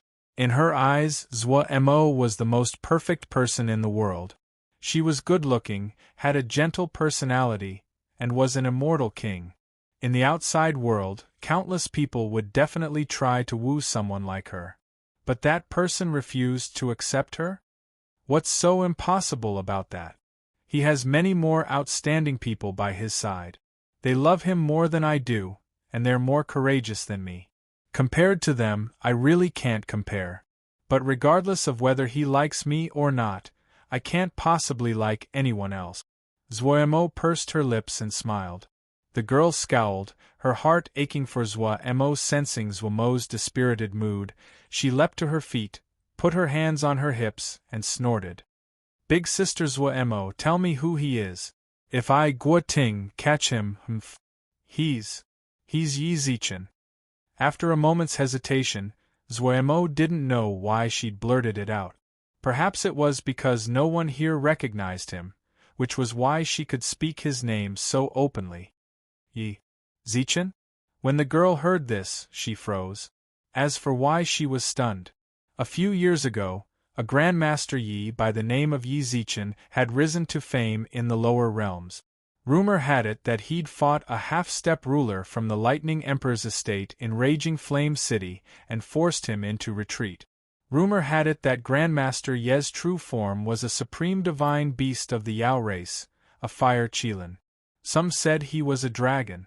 Others said he was a supreme expert of the demon race, and that the Shao family's ruler had a grudge against him. That was why they'd fought. In short, according to the rumors, Yi Zichen was everything in existence. Big sister Zwamo, the Yi Zichen you're talking about isn't that Grandmaster Yi, right? The girl gulped and laughed dryly. If it really was Grandmaster Yi, even if she had 1,000 years, she wouldn't be able to do anything to him. How could it be him? Do you know who that Grandmaster Yi is? The Yi I'm talking about ascended less than 5 years ago. How could he possibly be able to fight a half-step ruler? Although Blue Qilin village was backward, she'd still heard a few rumors. Zuemo naturally knew that some of them were just rumors, but she couldn't deny that Grandmaster Yi was no ordinary person. She'd never seen Yi Zichen clearly, but the possibility that he could force a half-step ruler to retreat in 5 years was too low. Zuemo gathered her thoughts, looked up at the sun, put her basket back on her back, and put on her hat. We've rested enough. Let's get back to work. All right. The girl obediently shouldered her basket. At that moment, a youth in cotton clothes, who looked no older than 12 or 13, hurried over. As he ran, he shouted, "Big Sister Zuemo, go back to the village and take a look. Big Sister Zuemo, why don't you go back to the village and take a look?" What? Chapter 1206. Upheaval really was too weak. Because Blue Qilin village wasn't connected to any of the major cities, it felt as if it had been abandoned by the Divine Mountains. However, the villagers loved this aloof feeling. There was no internal strife. The villagers were simple and peaceful. It had been like this for thousands of years. Until… boom! A massive explosion reverberated through Blue Qilin village. A group of men dressed in Upheaval's outer sect uniform stood before the village altar. In front of them was a young man, blood dripping from the corners of his mouth. Quite a few villagers crowded around him. Quite a few of them puffed out their chests and stepped forward. Although they weren't even half as strong as Upheaval's members, they weren't afraid at all. "Heh, what? Do you want to fight us?" One of Upheaval's members, a fierce-looking man, sneered. He reached out and pulled at the villagers. The villagers felt a suction force pull them over. "What are you doing?" A ribbon flew towards the man with a whistling sound. The man glanced sideways and nimbly somersaulted backwards a few times. The ribbon fell to the ground and blasted a large crater where he had been standing. Gravel scattered all over the ground. The newcomer was none other than Zuemo, who'd rushed over from the medicinal garden. Behind her were Xiao Ting and the young man. "Zuemo," the villagers all called out Zuemo's name. The injured man walked over with the help of the villagers and gave her a look. Zuemo nodded, then pushed her right hand back. "What on earth do you want?" Zuemo stared intently at the gang members. "What are we doing?" "We're collecting taxes, of course." One of Upheaval's outer sect members stepped forward, narrowed his eyes, and said, "Don't you know that the village you live in belongs to Upheaval? If you live here, you'll have to pay rent, just like you would in a city. You'll also have to pay taxes to mine and plant herbs. We've already informed you in advance. This time, we're here to ask for money." "How come I didn't know about that? You told me that Upheaval had been here before." Zuemo's gaze darkened. She glanced at an elder at her side. This elder was the most respected man in Blue Qilin village. He was also the village chief. "At that time, the village could still afford the money they wanted, so I didn't tell you. But this time, they've come even longer. Of course it has to be long. The last time I was here was half a year ago. Shouldn't you pay us half a year's rent as well?" The outer sect members roared with laughter. Zuemo pursed her lips. Don't go too far. She wouldn't ask how much Upheaval was charging. Firstly, even if she asked him, he didn't have the funds to help the village solve the problem. Secondly, from what the old village chief had just said, it was obvious that the money they wanted was beyond what the village could afford. Thirdly, these people were scoundrels. If he gave it to them, they would come back even more unscrupulously in the future. His eyes flashed with cold light, and the incredibly soft satin in his hand instantly became harder than steel. Immortal energy surged around him, forming cyclones that revolved around Zuemo. He instantly released the aura of an immortal king. Not bad, not bad. It's been a long time since I've seen such a beautiful female immortal king. A young man walked out from Upheaval's group. He had sharp, slanted eyes, prominent cheekbones, and sunken eyes. His lips were slightly purple, and he wore a silver hoop at the corner of his mouth. His clothes were completely different from the others. That's Upheaval's probationary inner sect disciple. Someone in the village whispered. Although Blue Chelan village was isolated from the rest of the world, it wasn't completely isolated. Every year they would go out to trade. Although they didn't stay in town for long, given Upheaval's current scope of influence, it was hard not to know them. Zuemo furrowed her brows. The basic requirement to become a probationary inner sect disciple was to be an immortal king. Although she was also an immortal king, her equipment and Dao arts weren't as good as her opponents. If they really fought, her chances of victory were less than 40%. Pretty lady, we're just following the rules. Asking you to pay taxes and rent isn't what we want either. It's what the gang wants us to do. If you can pay 300,000 Celeste, I'll leave immediately. If not, then we'll have to resort to some extreme measures. The probationary inner sect disciple rubbed his chin, then glanced at Zuemo's curvaceous figure. Of course, if you're willing to come with me, then I'll help you collect your village's money. It's just 300,000 Celeste. I can afford such a small sum. Bullsh *T. The man who had been injured earlier roared. Wang Nan, step back. Leave this to me. Zuemo narrowed her eyes at Upheaval's members. If you're following the rules, then please let me see your dispatch documents. If you can afford it, we'll pay you 300,000 Celeste, not a single cent less. If you can't, then I'm sorry, but we don't have the money. You really do know that barren hills and unruly rivers produce unruly people. The probationary inner sect disciple snorted sinisterly. Suddenly, his violent immortal power surged forth like a geyser. I've already given you a chance.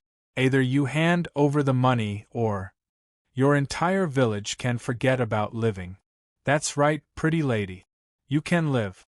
Mid-stage immortal king. As soon as he released his immortal power, Zuemo had a rough idea of his strength. The basic requirement for ascending to the god realm was to be a peak immortal king and undergo tribulation. Zuemo was no exception. However, after ascending to the divine mountains, power was concentrated here. Right now, Zuemo was merely an early-stage immortal king. Besides, she wasn't good at fighting. Against a mid-stage immortal king, her chances of victory weren't just 40%, but rather 10%. The surrounding villagers' eyes blazed with fury. Quite a few of them wailed in grief. Is this really the benevolent and righteous teacher whose reputation spreads far and wide? They'd lived in Blue Chelan village for generations, aloof from worldly affairs, but upheaval had shattered their peaceful lives. Even Zuemo couldn't help but clench her fists. This upheaval gang. They were truly too weak. You'd best scram. Let me tell you something. Big Sister Zuemo's Dao partner is Yi Zichen. Do you know that if he finds out you're bullying us like this, Big Sister Zuemo's Dao partner won't let you off? Lil Ting stood behind Zuemo, carrying a medicine basket on her back. She stuck her head out and roared at the gang members. At the mention of Yi Zichen, the gang members froze. However, an instant later, their eyes flashed with arrogance and disdain. Grandmaster Yi, you really have the guts to say such things. Let me tell you this. Grandmaster Yi is our brother Hao's master. How come we've never heard of him having a Dao partner? However, at that moment, a black-robed youth suddenly appeared in the center of the village. His handsome face was calm, and his pitch-black eyes were so deep they seemed to sink into oblivion. Everyone in the village, including Upheaval's probationary inner sect disciple, felt their hearts tremble. It was a shudder that came from the depths of their souls. Everyone felt a sense of reverence, and almost none of them dared look at the black-robed youth. Who is that? Both the villagers and the gang members were confused. The probationary inner sect disciple's eyes widened. The instant the black-robed youth appeared, he felt his immortal power grow chaotic and out of his control. Chapter 1207.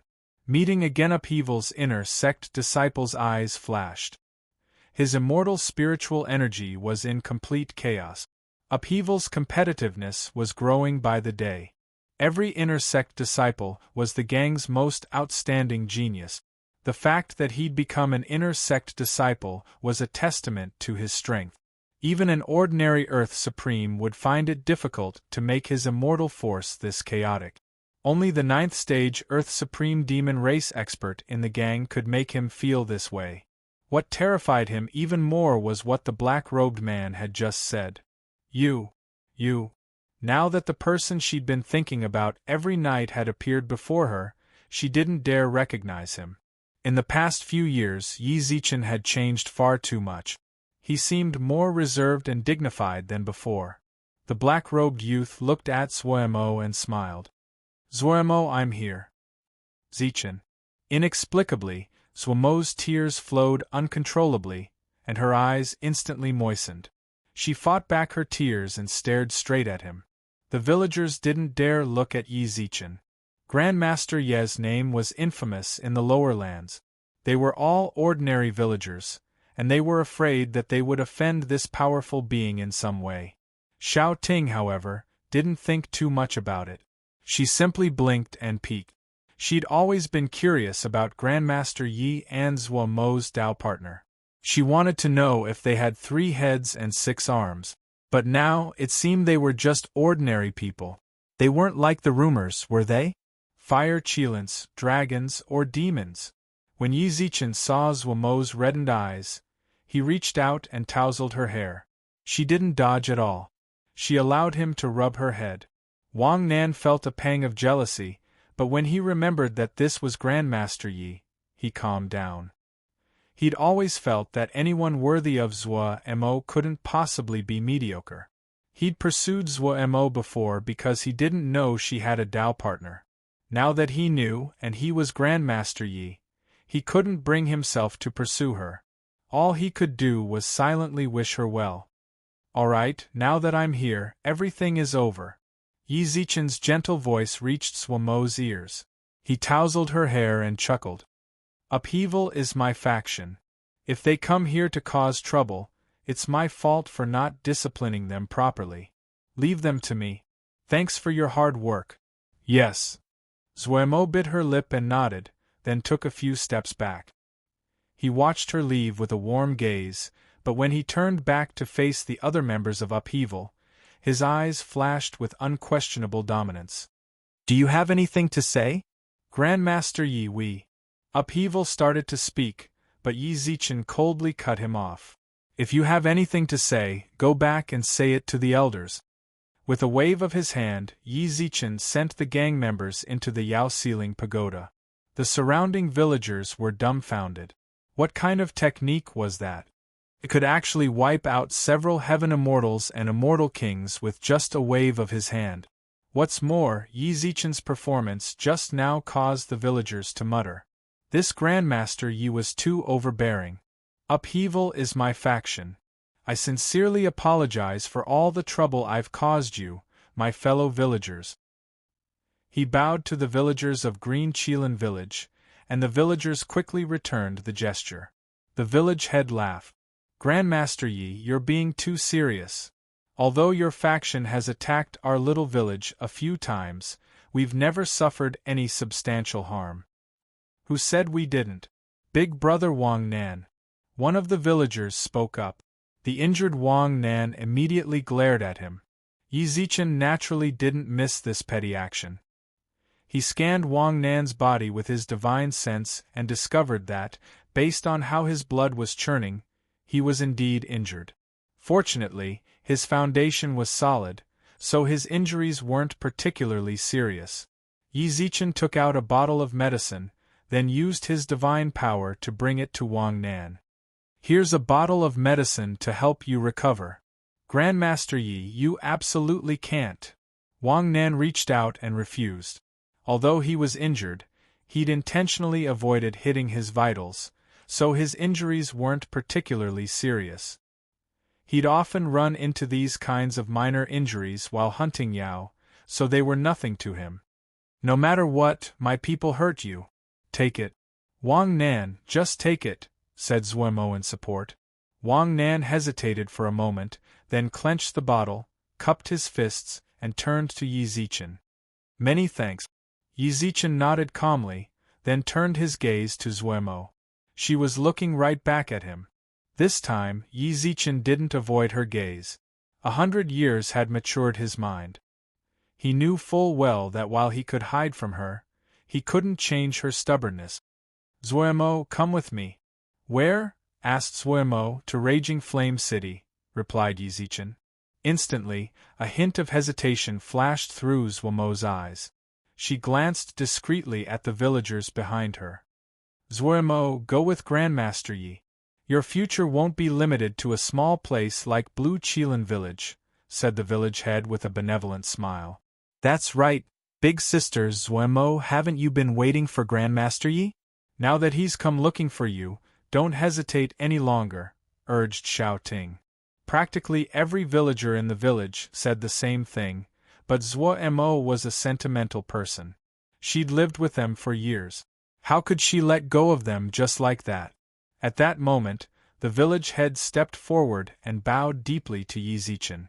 Grandmaster Yi, I have a favor to ask. Old man, what are you doing? Yi Zichen hurriedly dragged the village head to his feet. The village head turned to Wang Nan and said, Lil Nan is a talented and hard-working child. Given his talent, he's more than capable of developing in a bigger place. Unfortunately, he can't let go of us old fellows. We don't want to hold up his talent, so please, Grandmaster Yi, take him with you and leave. Yi Zichen had seen Wang Nan's talent.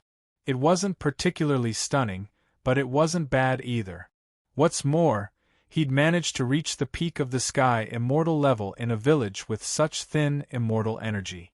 It was clear that he'd suffered quite a bit and hadn't slacked off in the slightest. There were plenty of geniuses in the God realm, but too few of them were patient enough. Sure. Village head, I'm not leaving, said Wang Nan without even thinking about it. I have to stay and protect you. Silly child, the sky is high and the fish are free to swim. Staying here is far too much of a hindrance to your future. It's also a waste of the talent the heavens have bestowed upon you. Exploring the outside world is a good thing for you. Grandmaster Yi had agreed, but Wang Nan didn't. The village head couldn't help but frown and try to persuade him. Yi Zichen couldn't help but glance at Zuemo. The two of them looked at each other, and it seemed like Yi Zichen understood something from her gaze. Then, he looked at the old village chief and Wang Nan, who were still arguing endlessly. Chapter 1208. Arrangements. Yi Zichen had made this decision because he could tell that Zuemo was reluctant to part with the villagers, and because he valued Wang Nan's character. However, as soon as he said it, he regretted it. He felt like his wording was a bit off, so he explained himself. Of course, I'm not forcing you to leave your homeland. Whether you leave or not is up to you. There's no need to worry too much about what I think. Azure Qilin Village had existed for nearly 10,000 years. Every generation had lived here. The villagers were actually somewhat hesitant to suddenly ask them to leave their homeland, especially the older ones. Their memories of the village were too deep, and they found it difficult to give it up. However, following Yi Zichen to Raging Flame City was a rare opportunity for many of the villagers, especially the younger ones. None of the villagers said anything. They waited quietly for the village head to speak. How about this? Wang Nan and the rest of you follow Grandmaster Yi to Raging Flame City. My old bones will. After a while, the village head hesitated. As soon as he said this, everyone expressed their stance. If you won't leave, we won't leave either. Fine. After going around in circles, they were back to square one. Yi Zichen clenched his right hand, then pointed in the direction of the Blue Qilin villagers. In an instant, the villagers vanished into thin air. Let's go. Let's return to Raging Flame City. Zuemo pressed her lips into a smile. She knew Yi Zichen was the one who'd made them disappear. Although she blamed him for his actions, he'd done it cleanly and directly. All right, let's go back. As evening approached, Yi Zichen returned to Raging Flame City's headquarters. This time, the immortal kings guarding the gates took note. When they saw Yi Zichen, they bowed respectfully.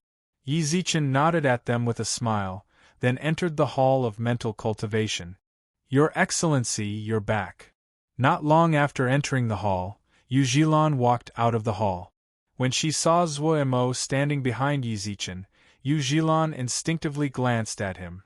This was women's nature. When people of the same sex appeared together, they subconsciously compared each other. Whoosh! Nearly 100 people suddenly appeared in the hall, filling it to the brim. These were the villagers of Azure Qilin village. Yu Zhilan was startled by the appearance of this group of villagers. The villagers looked around blankly. Find someone to make arrangements for these people.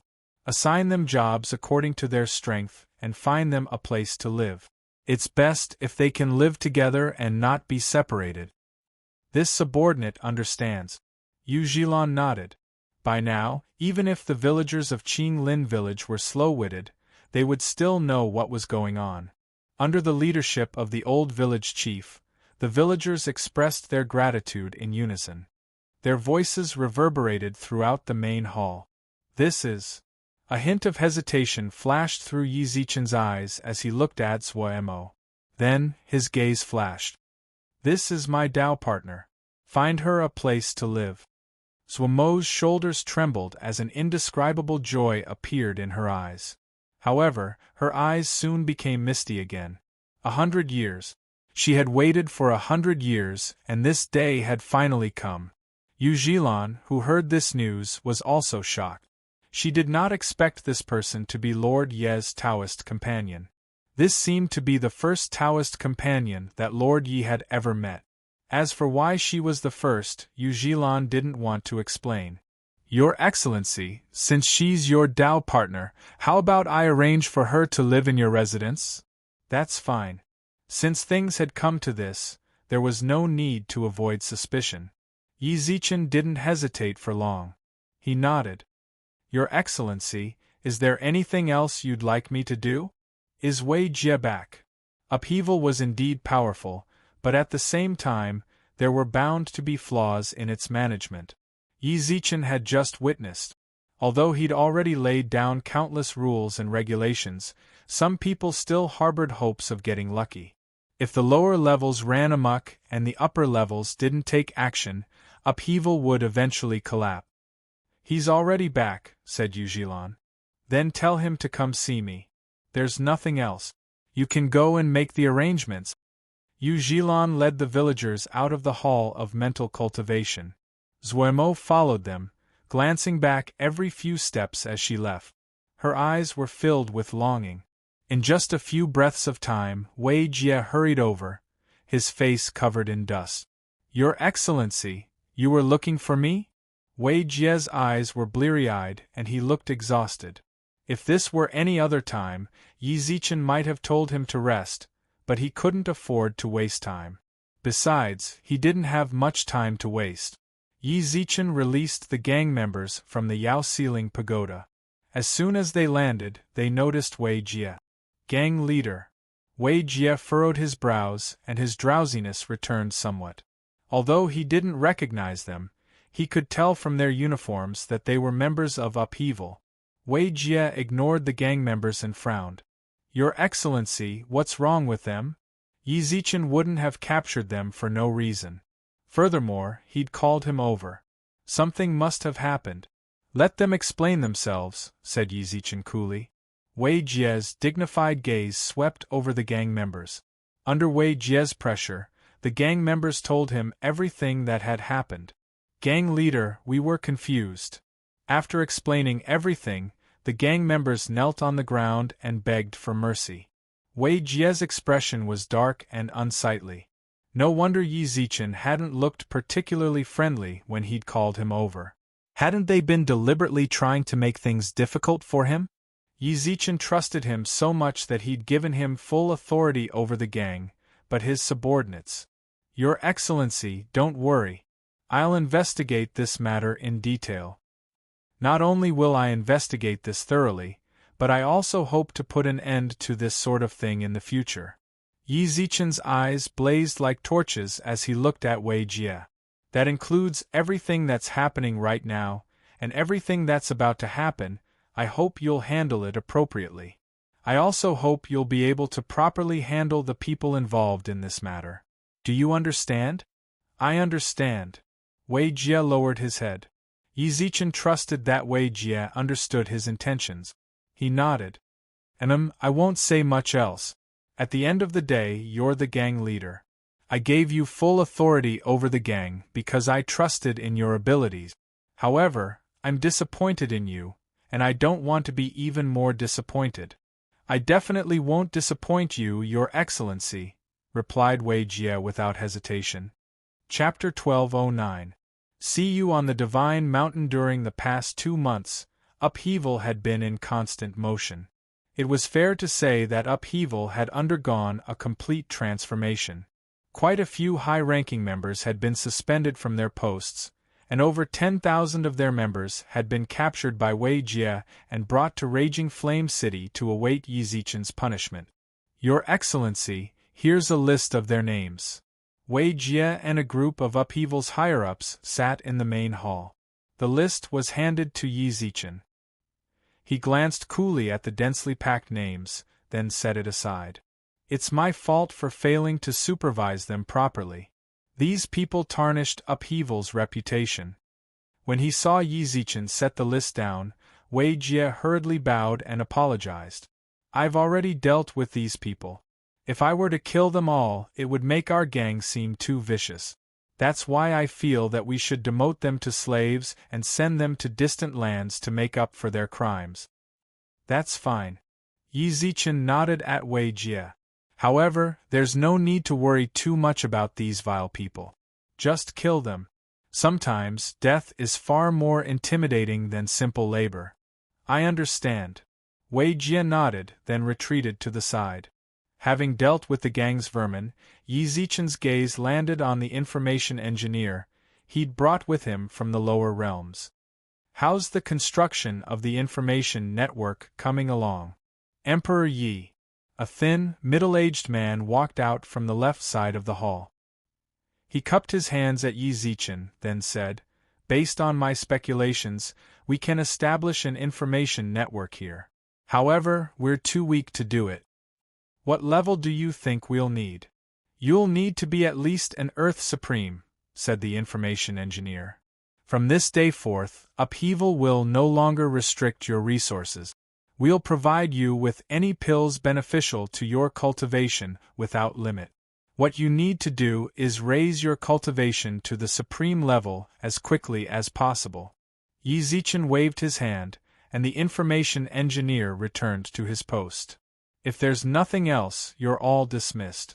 Before long, everyone in the meeting hall left. Only Zhuo Mo remained. After everyone else left, she walked up to Yi Zichen and gently massaged his shoulders. Don't give yourself too much pressure. Since you've chosen a leader for this gang, there's no need for you to do everything by yourself. You haven't had a good rest in the past 2 months. Thanks to Blue Qilin Village, Yi Zichen and Zhuo Mo's relationship had finally broken through. Over the past 2 months, their relationship had quickly warmed up. Yi Zichen sighed, reached out and patted Zhuo Mo's hand, then smiled at her. How's the Chamber of Commerce? You don't have to worry about me. I've been doing business for 100 years. Do you still need to doubt my experience? Zhuo Mo pursed her lips into a smile and massaged his shoulders. Don't worry. One day, I will definitely make the 100 Treasures trading firm the #1 trading firm of the God race. If you have time, you should go rest. I'm afraid it will be very difficult to rest. Yi Zichen shook his head and sighed. Zhuo Mo couldn't help but frown. What's wrong? You know that I'm an Earth Supreme now.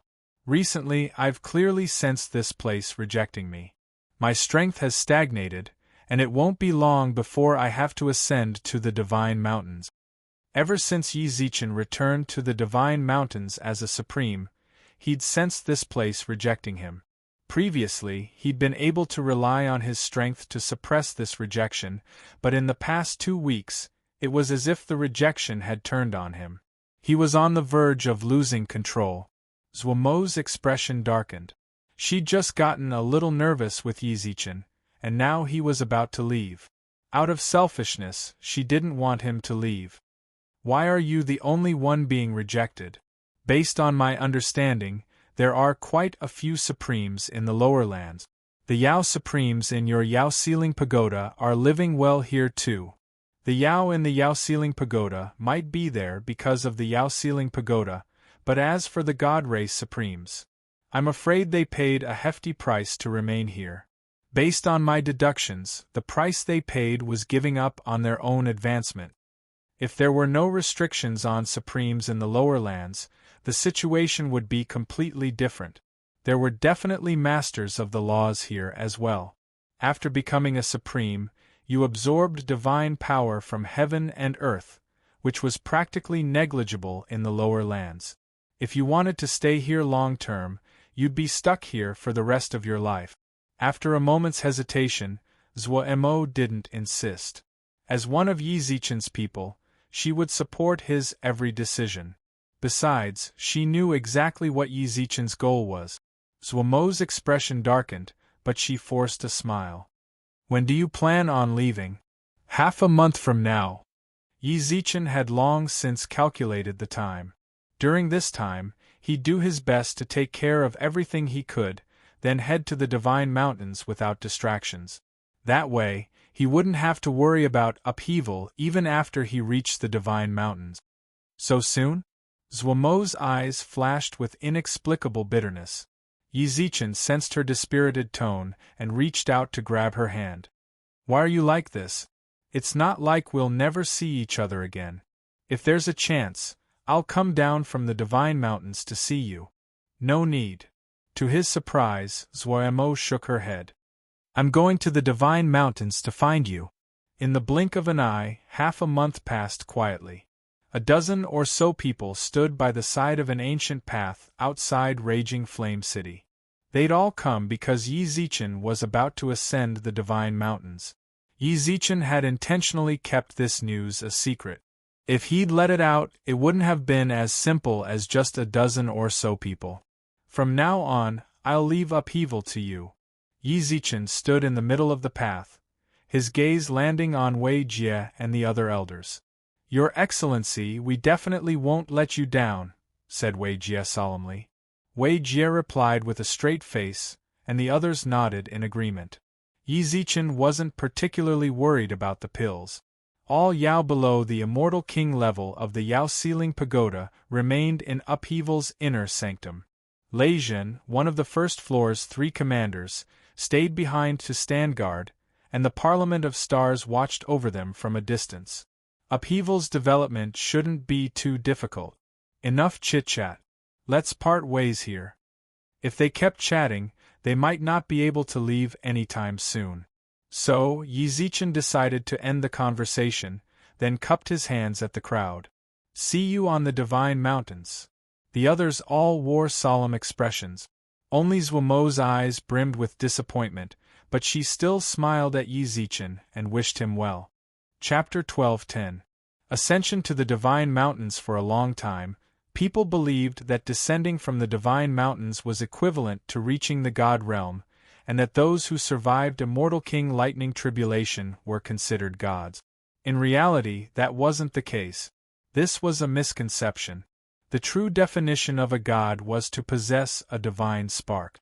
Only by ascending to the Divine Mountains could one be considered to have ascended to the God Realm.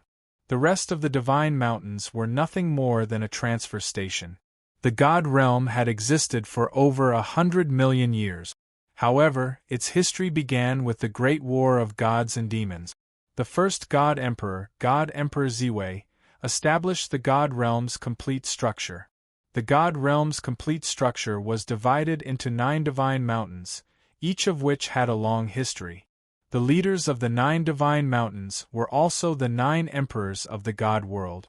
The 9 emperors were the highest existences in the God realm. No one knew for sure who was stronger or weaker among them. Outsiders could only assume that they were evenly matched. However, these 9 emperors were led by God Emperor Zhou Wu of the Central Divine Mountain, who intimidated all the races outside of the God realm. The northern divine mountain structure was actually a vast, boundless sea called the Sea of Innocence.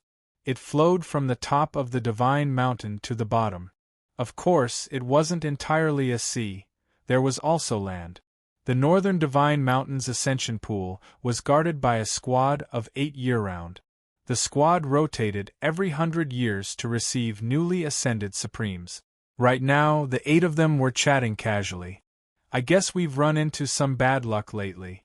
I heard from our brothers from the other divine mountains that the number of ascenders on their side has skyrocketed. Our northern divine mountain, on the other hand, hasn't had a single ascender in years. Our northern divine mountain's location isn't particularly good, especially since it's surrounded by sea. It's only natural that the Supremes didn't choose to come here, snorted an older, middle-aged man. If they don't come, it can only be said that they're short-sighted. Do they really think it's that easy to enter the Four Directions Palace or the God Emperor's Palace? Shoo! The squad hurriedly signaled for him to keep quiet. We're talking about the Four Directions Palace, not the Four Directions Palace. Tens of thousands of years ago, the Eastern Divine Mountain's Four Directions Palace hadn't changed its name. However, a few thousand years ago, Emperor Bian changed its name to the Four Directions Palace and ordered his subordinates to refer to him as Your Majesty. Many could tell that he was challenging Zhou Wu.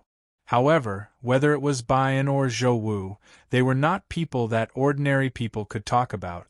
The slightly older middle-aged man also realized that he had made a slip of the tongue and quickly shut up. At this moment, the ascension pool next to the team began to rise, and all of them stopped chatting.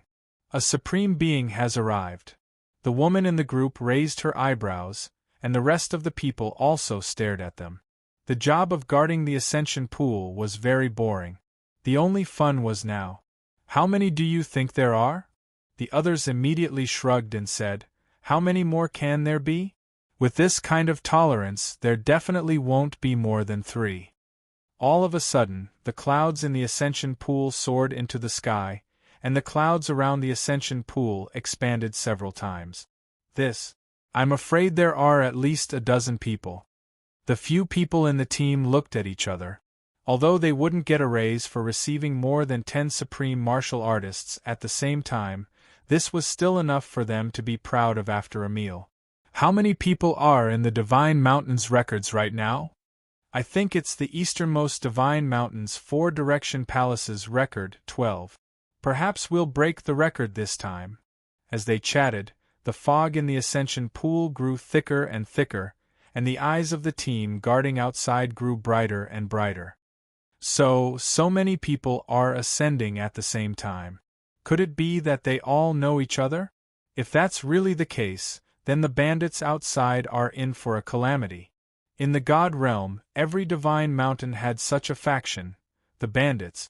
The meaning of their existence was to plunder the wealth of newly ascended supreme beings. After all, newly ascended supreme beings were the weakest of the divine mountains.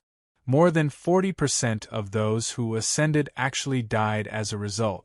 However, no one from the divine mountains ever interfered.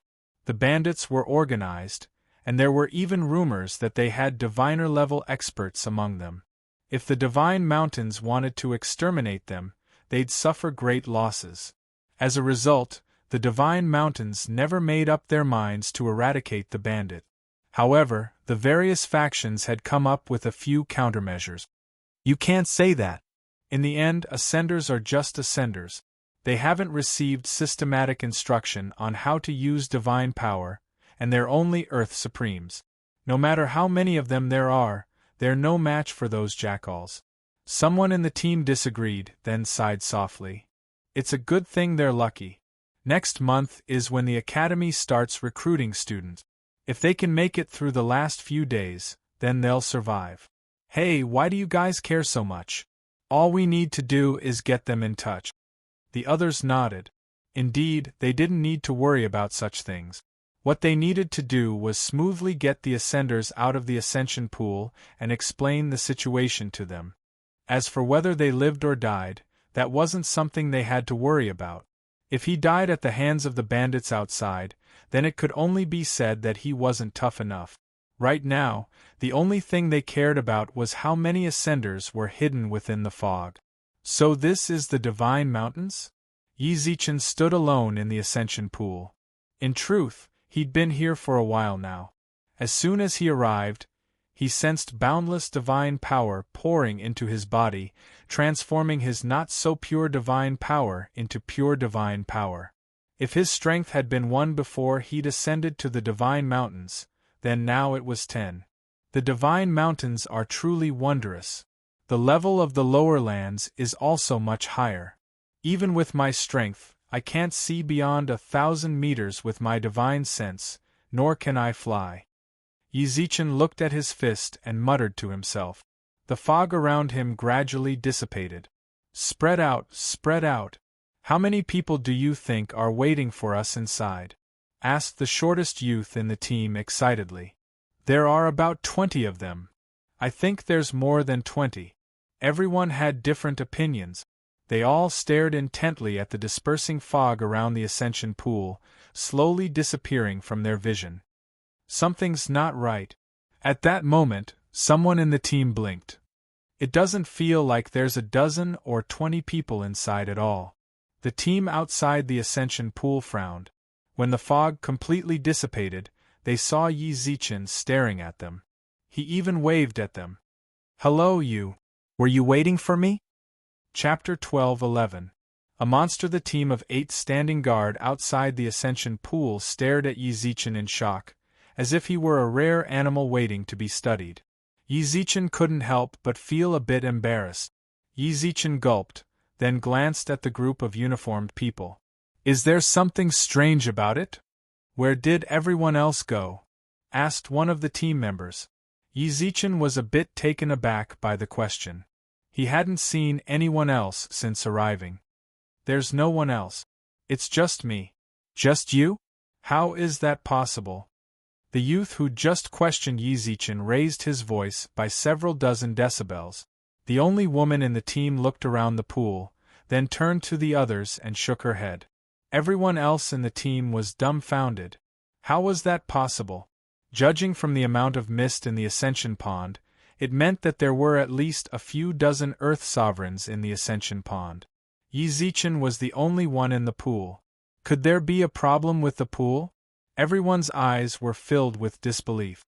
When they looked at each other, they could see the astonishment in each other's eyes. Bai Hui, come back. After a while, the slightly older, middle-aged man called her back, then cupped his fists and smiled at Yi Zichen. Congratulations on ascending the Divine Mountains, brother. The others cupped their fists and congratulated Yi Zichen. What the hell was this? Although Yi Zichen didn't quite understand what was going on, since they were all congratulating him, he had no choice but to return the gesture. Brother, you can leave the ascension pool now. When he heard that, Yi Zichen walked out of the ascension pool. When he emerged, he could sense the others peeking at him, their gazes unreadable. Let me introduce myself. My name is Huang Yang, and I'm the captain of this team. The one who spoke to you is Fan Li, and this woman is Lu Baihui. She's also our team beauty. As for the others, I won't introduce them one by one. In any case, we won't have a chance to meet again.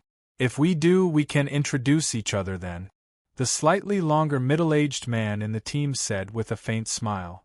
Our mission as a team of 8 is to receive the Supremes who have ascended from the lower Divine Mountains. We rotate once every 100 years. You've come at the right time. If you were any later, we would have rotated out, and you would have been received by another team. Yi Zichen gained a rough understanding of them. Before he could introduce them, a golden document suddenly fell from the sky.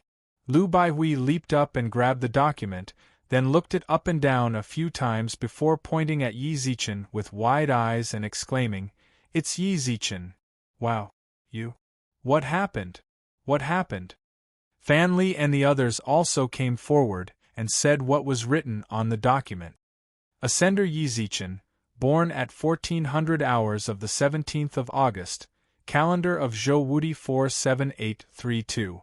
3rd stage Heavenly Supreme in the Soul Realm, 7th stage Heavenly Supreme in the Origin Realm. Absolute talent. Really? Wow. Everyone else had exaggerated expressions on their faces. Even Huang Yang's eyebrows twitched. However, when he wanted to take a closer look, the document had already melted into a crystal card. We actually managed to get in touch with a monster like that? Yi Zichen's expression was blank as he probed. Well, genius, let me reintroduce myself. My name is Fanli. I've been on the Divine Mountains for about 300 years. If you're lucky enough to enter Skyspan Academy, you can call me Senior Brother. Fanli was a skinny young man. His excitement could be seen from his eyes, and he gripped Yi Zichen's hand tightly without letting go. Well, I'm Lu Baihui. I've been on the Divine Mountains for 100 years. And me. What was going on now? This sort of warmth made Yi Zichen feel a bit uneasy, but he was more concerned about the document. Why had it written all of his information? It even listed his cultivation level. All of you back off. What are you doing? Fortunately, Huang Yang furrowed his brows and shouted. Only then did they back away from Yi Zichen. Who would have thought? Brother Yi, I'm Huang Yang. I've been on the Divine Mountains for 1,000 years, and I'm currently a 9th stage Earth Supreme. I'm on the verge of breaking through to the Sky Supreme level. I know that with your talent, you'll definitely become a dragon among men. If you can remember us, that would be our blessing. Yi Zichen's smile stiffened. Can we talk things out? No problem. Huang Yang let go of Yi Zichen's hand, retreated half a meter, and looked at Yi Zichen with a friendly smile. Although the gazes still made Yi Zichen uncomfortable, at least they'd given him a comfortable distance. Yi Zichen let out a sigh, then spoke up. To tell you the truth, you left me in a daze just now. We were too rash, said Huang Yang sternly. Huang Yang said sternly, actually, before Brother Yi landed in the Ascension Pool, we made a bet on the number of ascenders in the pool. Based on the density of the clouds, we judged there to be around 20, but Brother Yi appeared on your own, which surprised us. But now that the decree has descended, and the higher-ups have judged Brother Ye's talent to be peerless, everything makes sense now. The others nodded in agreement. Then I'm a bit curious. How did that decree appear just now? Asked Yi Zichen in confusion. If an ordinary person had asked, the team outside the Ascension Pond would have given them an explanation. All they had to do was to contact the Ascenders and briefly explain the situation of the Divine Mountains to them. Anything else wasn't their job. But Yi Zichen was different. He was a peerless monster. How the decree appeared on the Divine Mountains is a mystery as well. No one knows where it came from, but every time an Ascender appears, a decree descends. In the end, the decree condenses into a crystal card, which contains all of the Ascender's information. While Huang Yang was explaining, Lu Baihui handed over her crystal card. There seemed to be a note under the crystal card. This kind of small action naturally fell into the eyes of the others, but no one made too much of a fuss.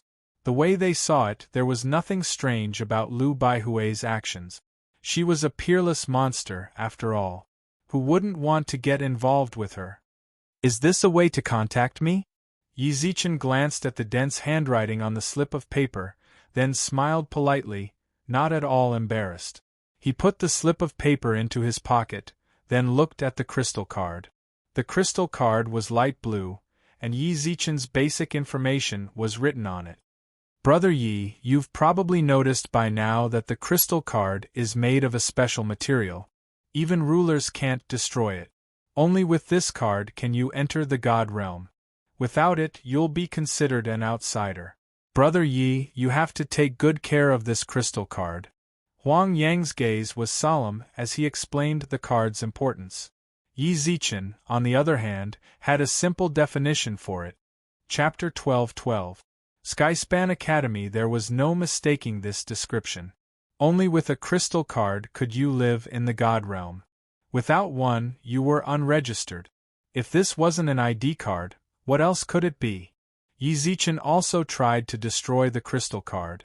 With his abilities, it wasn't hard for him to split mountains, but it was completely useless against the crystal card. I'll take good care of it. Yi Zichen put the card away, then asked, "What's this Skyspan Academy you mentioned? What's this Skyspan Academy you were talking about?" Skyspan Academy was established by the Northern Divine Mountains Sea of Innocence. Its purpose was to reduce the death rate of ascenders, replied Huang Yang. Death rate? Yi Zichen arched his brows. That's right. Huang Yang nodded. Ordinary ascenders are early-stage Earth Supremes. In the lower lands they're considered the strongest, but on the Divine Mountains they're the weakest. In truth, the situation on the Divine Mountains isn't as good as outsiders think. Roughly 70% of ascenders die. 70%. That meant that out of 100 ascenders, 70 would die. That wasn't a low death rate. Ordinary ascenders only have a superficial understanding of the Divine Mountains, and they don't know the first thing about using divine power.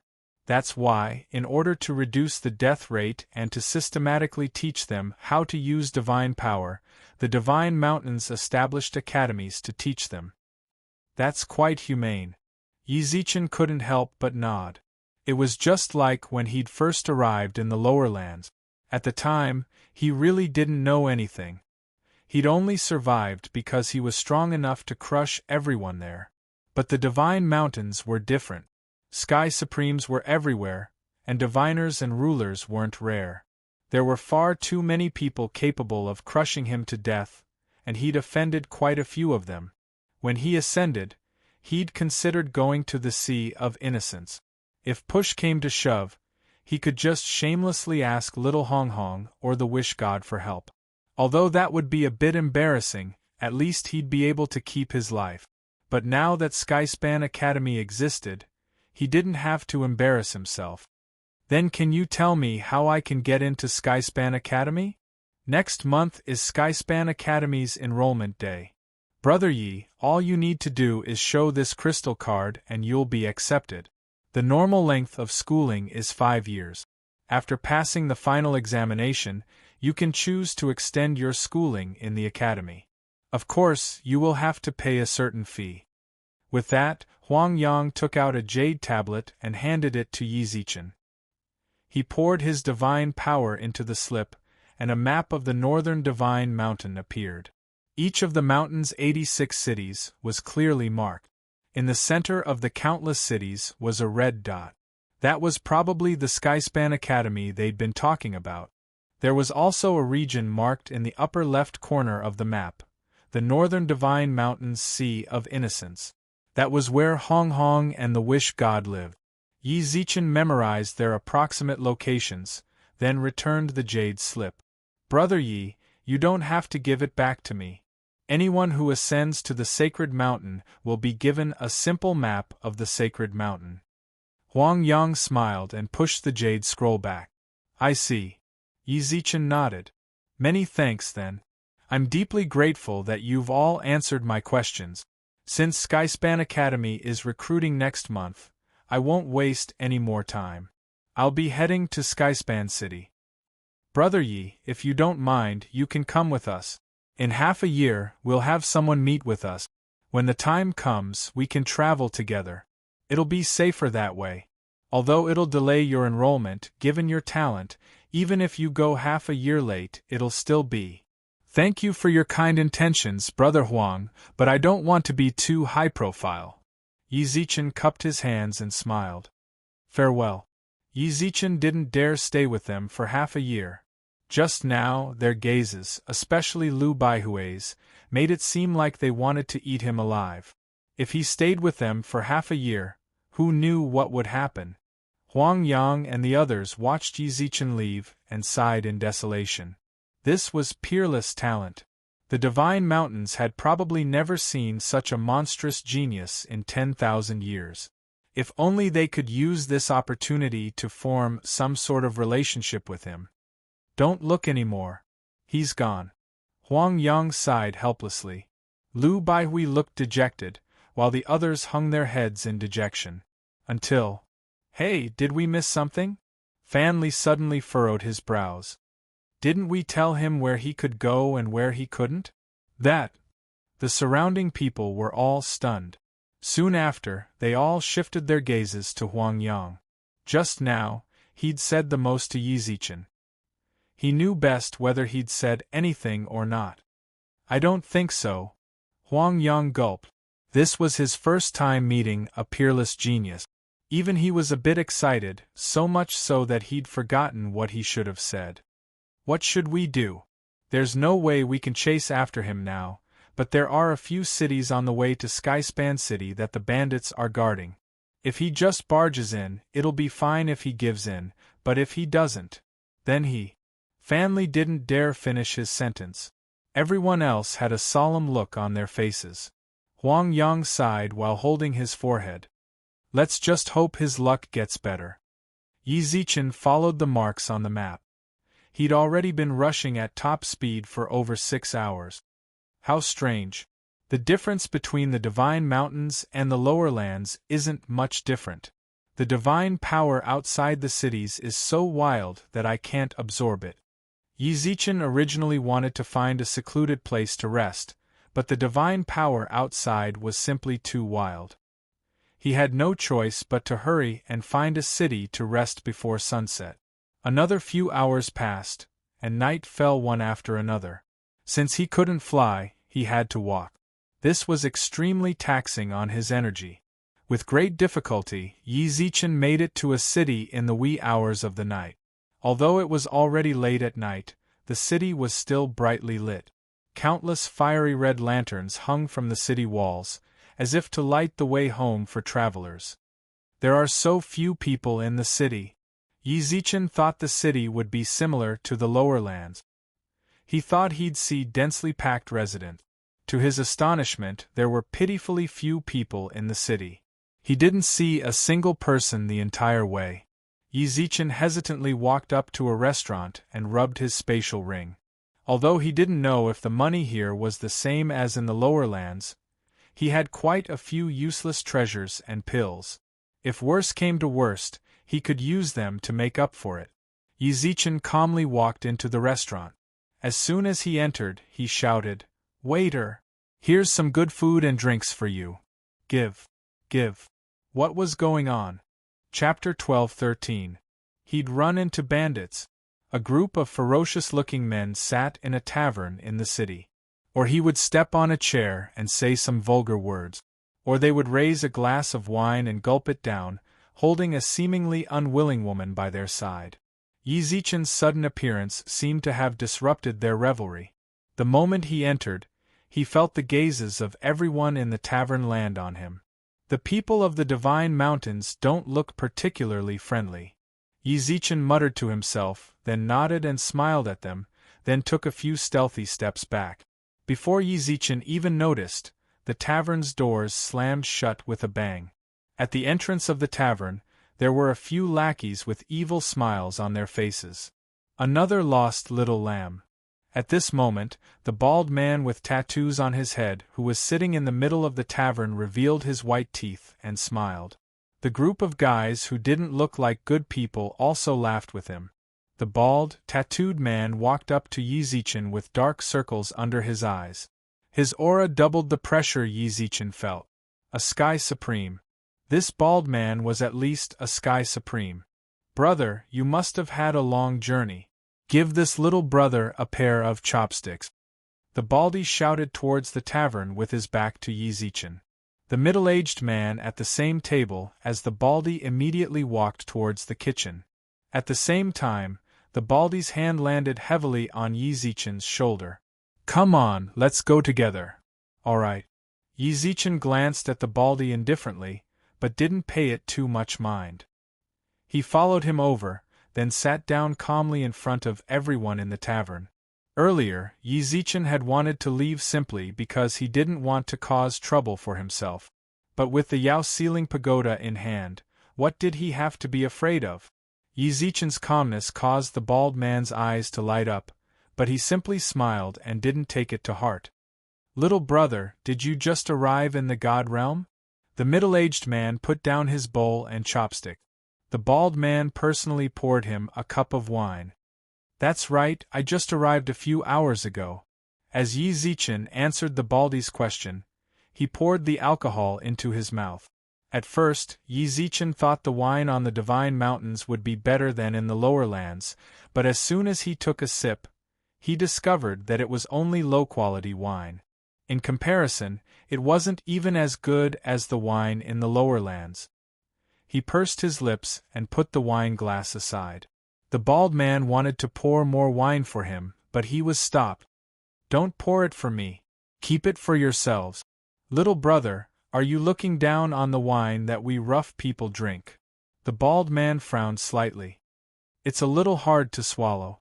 Yi Zichen didn't beat around the bush. I'm afraid this kind of alcohol can only be fed to livestock. With that, Yi Zichen hurriedly laughed. Everyone, don't mind me too much. I'm a straightforward person, and I'm not targeting you.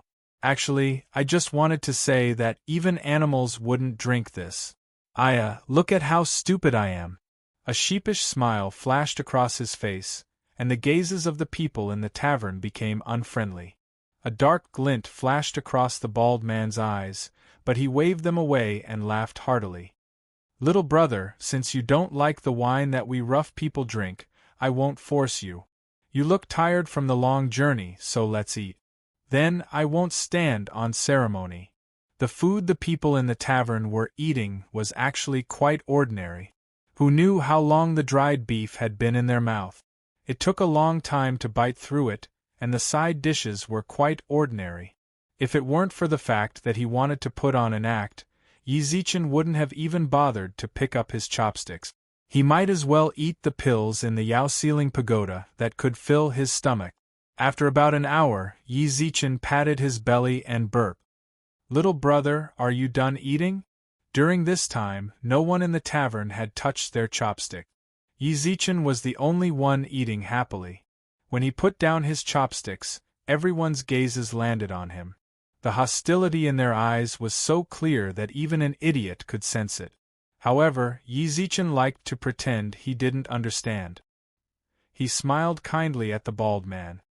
I'm done. Thank you for your hospitality, big bro. It seems the god realm is much better than where I used to live. Little brother, from the sound of it, it seems the people on your side aren't particularly friendly? Laughed the bald man. That's right. Big bro, I won't lie to you. I just came up from the lower lands. There's a gang called the Axe Gang. I don't know if you've heard of them, but they've done all sorts of evil. They've killed, burned, and plundered everything. Back in the lower lands, I spent every day hoping to escape their clutches. Yi Zichen's expression was downcast, as if he'd suffered a lot at their hands. Anyone who ascended to the Divine Mountains had come from the lower lands. The Axe Gang had been around for a long time, so everyone in the tavern naturally knew of them. As for the news that the Axe Gang had destroyed Upheaval, only the great clans of the Divine Mountains knew about it. Small fries like the bald man had no chance of learning of such things. Little brother, you're right. The Axe Gang really has done all sorts of evil in the lower lands. Just the thought of them pisses me off. Yi Zichen's face contorted with indignation, then he cupped his hands and smiled at the bald man. Forget it. Since you've ascended to the Divine Mountains, there's no need to mention them. I've eaten my fill, so I won't disturb your gathering any longer. Goodbye, big bro. As soon as Yi Zichen rose to his feet, 2 third-stage Earth Supremes appeared behind him and pressed down on his shoulders. Yi Zichen glanced at them out of the corner of his eye and laughed inwardly, but his face was a mask of confusion. This is... Little brother, don't be nervous. My brothers mean you no harm. The bald man smiled calmly, but his gaze turned icy. He tapped his fingers on the table and said, But as you can see, we're just barely surviving in the god realm. Little brother, you just ate and drank quite a bit of our food. No matter what, you should at least give us something in return, right? This isn't free? Yi Zichen arched his brows. There's no such thing as a free lunch. Little brother, don't you think so? The bald man smirked and snorted. Little brother, you and I hit it off, so I don't want to bicker with you. But I'm not so sure about my brothers. Instantly, everyone in the tavern leapt to their feet. Countless auras locked onto Yizichin.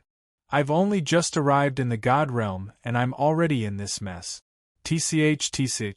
Yizichin muttered to himself, then feigned anger and helplessness. Chapter 12:14. A greedy baldy. If anyone else were in this situation, they'd definitely think they'd run into Bandit. In reality, that wasn't the case. This baldy was a bit different from the bandits in the Divine Mountains. He'd gone through the stages of becoming a Sky Supreme, and he'd experienced the robberies of the bandits. Given his own experience, he didn't like the way bandits handled things. Although he made a living by robbing others, he wouldn't kill them. In truth, his subordinates were all people he'd saved from the bandit. Ever since, they'd followed him loyally. They robbed, but compared to the bandits, they were kinder. As expected, little brother. When the bald man heard that, he laughed. He wasn't surprised at all that Yizichin would react like this. He'd seen this sort of situation countless times. He'd long since grown accustomed to it. Their team was small, and they had few ways to earn money. It was great news for them to be able to meet a hothead ascender. If he could take down Yizichin, they wouldn't have to worry about food and drink for a few months at the very least. If they ran into a big fish, they'd have enough to eat and wear for years to come. He just didn't know how many treasures they could squeeze out of Yizichin. He waved at Yizichin's subordinates and smiled. This meal isn't strange at all. 30,000 aureus. Little brother, you've just arrived on the Divine Mountains, so you probably don't have any aureus. But that's fine. Little brother, you can also use celestial coins to exchange, but that'll require an ocean's worth of them. I left all my celestial coins with my friends in the lower lands, so I'd better use something else as collateral. Big bro, what do you accept? Asked Yizichin. That's great. The bald man couldn't help but cheer inwardly. He loved sensible kids like Yizichin. In truth, whether Yizichin used celestial coins or other items as collateral, the baldy had an absolute advantage. In a situation like this, the ratio of celestial coins to aureus was whatever he said it was, and he'd be the one to determine the value of the items. 30,000 aureus was just an excuse. His goal was to draw out the exchange and celestial coins. We accept any item as collateral. Pills, artifacts, talismans, you can all use them as collateral. However, little brother, you should know that this place is different from the lower lands. What's valuable in the lower lands is worthless here. I know that. Yizichin nodded obediently, then took out a set of demigod battle armor from the Yaoxiling pagoda. Yizichin had only obtained it after clearing the second floor of the pagoda. I got this by chance when I was in the Arcana realm. Big brother, look, a quasi-relic. When the armor was taken out, Baldy's eyes widened. It was a full set of armor. Battle armors were generally more expensive than weapons because they required more materials. An ordinary set of demigod battle armor would cost at least 1,000,000 aureus on the God Mountain. Could it be that I've encountered a rich idiot? The Baldy's gaze towards Yizichin changed. He wasn't blinded by the benefits of the demigod armor. On the contrary, he became much more clear-headed. Those who could wield demigod armor in the lower lands were all dragons and phoenixes among men. There was no way they would be tricked so easily. However, the kid in front of him looked really dumb. Did fortune befall fools? It didn't matter whether this kid was pretending to be a pig to eat a tiger or whether fortune truly befell fools. The bald man had absolute confidence in Yizichin's strength as a Sky Supreme. This armor is a demigod artifact, said the bald man. The bald man told Yizichin the grade of the armor. He didn't think that Yizichin didn't know. Demigod artifacts are rare treasures in the lower lands, but they're not so valuable in the God realm. Divine artifacts were everywhere on the street. Even the farmers who plowed the fields used divine artifacts. Little brother, your demigod artifact. The bald man shook his head, then put on a troubled expression. I'll just give you 500 aureus. That cheap? Yizichin grimaced, his eyes filled with suspicion. However, when the bald man's gaze turned cold, Yizichin immediately shrank back in fear, then scowled miserably as he pulled out other treasures from the Yao ceiling pagoda. The bald man's eyes widened in shock. This was definitely a big fish. Although that was what he thought, he was still trying to appraise the priceless treasures of the divine mountains. Anyone who heard this would want to beat him to death. Supreme pills. These pills aren't bad. 300 aureus a bottle. Black jade. This is an ordinary material. 50 aureus a kilogram. 10-year divine wood. This material is relatively rare. 1,000 aureus apiece. The ingredients and pills Yizichin took out practically filled up the entire table. The subordinates in the tavern all stared in shock, their mouths dry up. Even the bald man couldn't help but gulp. In his heart, he wanted to kill Yizichin and steal his treasures. Fortunately, he had at least the slightest bit of conscience. He didn't want to harm Yizichin's life. Little brother, these pills you've just pulled out are worth around 27,000 aureus. If you add a bit more, you'll have 30,000. The bald man had already pushed the price down to 27,000. It was easy to imagine how much Yizichin's treasures would be worth if he sold them to a proper merchant association. To tell the truth, the bald man wanted to give up. These treasures were already enough for them to live a carefree life for 100 years, or even 1,000 years. However, he still wanted to be greedy. If Yizichin really couldn't afford it, he might as well give it up. He'd also owe Yizichin a favor. This baldy really is greedy. Although Yizichin didn't know much about the God Realm's prices, he was sure his treasures were worth far more than 30,000 aureus. But this baldy wasn't satisfied. He wanted to squeeze more out of him. How greedy! Fortunately, he didn't get greedy at the sight of Yizichin's riches. At least he had some humanity left in him. I don't have any more. Yizichin scowled and pretended to be at a loss. When he saw Yizichin like this, the bald man couldn't bear to see him like this. Just as he was about to let this pitiful little supreme off the hook. I don't have any more pills or talismans, but I do have some spiritual beasts. Big bro, do you want them? Spiritual beasts? What was the most expensive thing in the God Realm? Pills? Treasures? Talismans? Materials? None of them. In the God Realm, the most expensive and also the rarest were spiritual beasts. The definition of a spirit beast was a divine beast that could be tamed and turned into a servant. Having a spirit beast was a symbol of status. Any divine beast-level spirit beast was priceless in the black market. This little guy actually had a spiritual beast? This was a huge surprise. Yes. Of course I'll take them. At first, he was just about to give up, but when he heard about spiritual beasts, he instantly changed his mind. This baldy was just too greedy. Yizichin couldn't be bothered to play with him any longer. He connected his divine sense to the Yao ceiling pagoda. Chapter 12:15. A misunderstanding under the night sky. A man and a woman dressed in orange-yellow uniforms with an image of a blue bird on top sped through the night. At that moment, the young man with the lightning rush haircut came to a stop. The young man was well-built, while the woman beside him was petite. When the young man came to a stop, he bowed respectfully to the woman.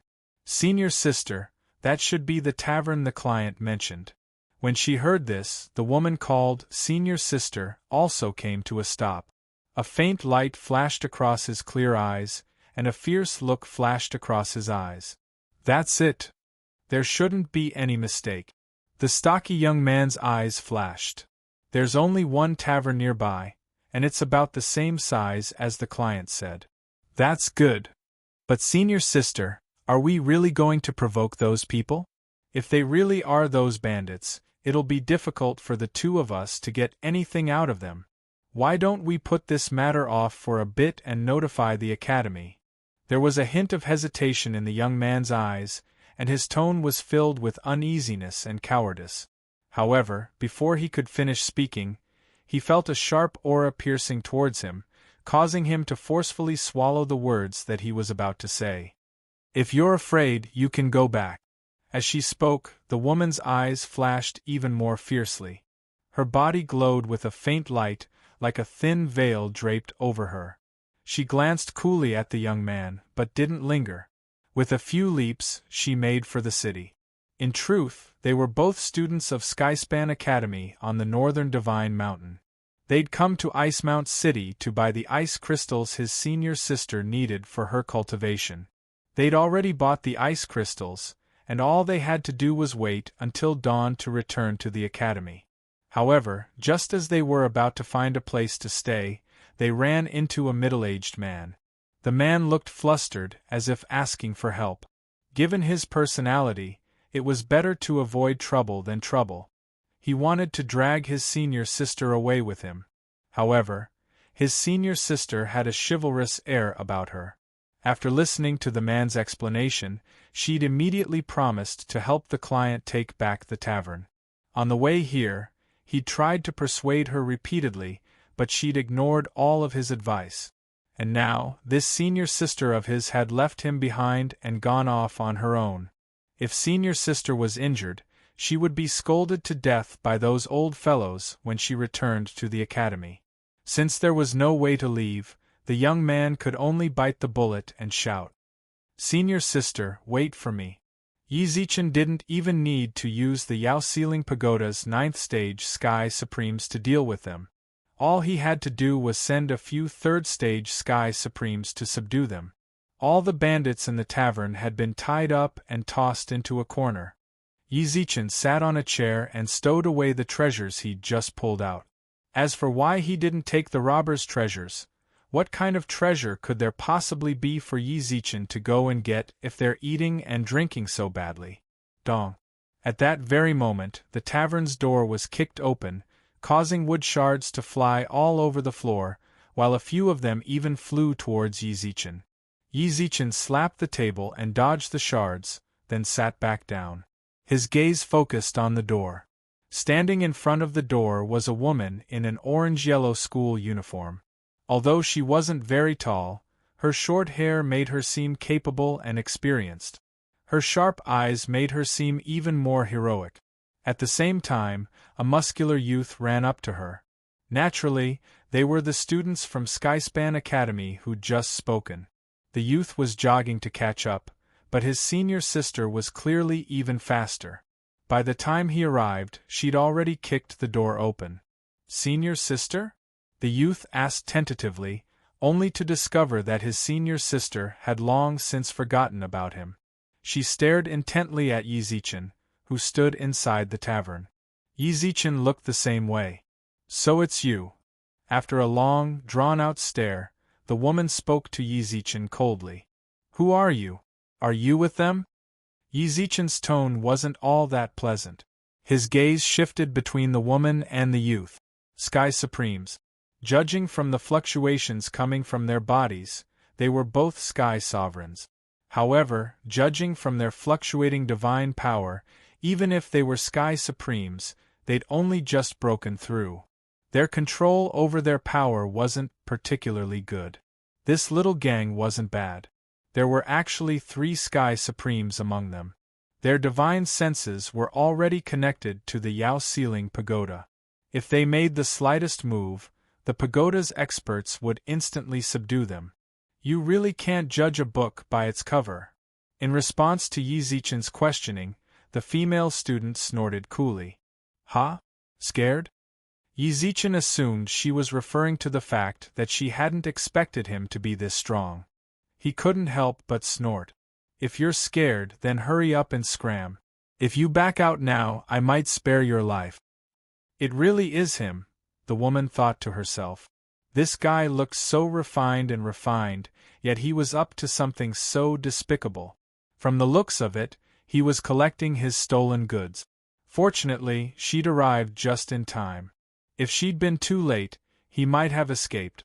Yi Zichen glanced at the tavern's walls out of the corner of his eye. The people tied up in the corner had their feet stripped and their mouths stuffed with socks. How disgusting! Not only did he want to steal their money, but he also wanted to humiliate them. Scum like him couldn't be allowed to live. Although Yi Zichen and the woman hadn't spoken much, sparks flew when their gazes met.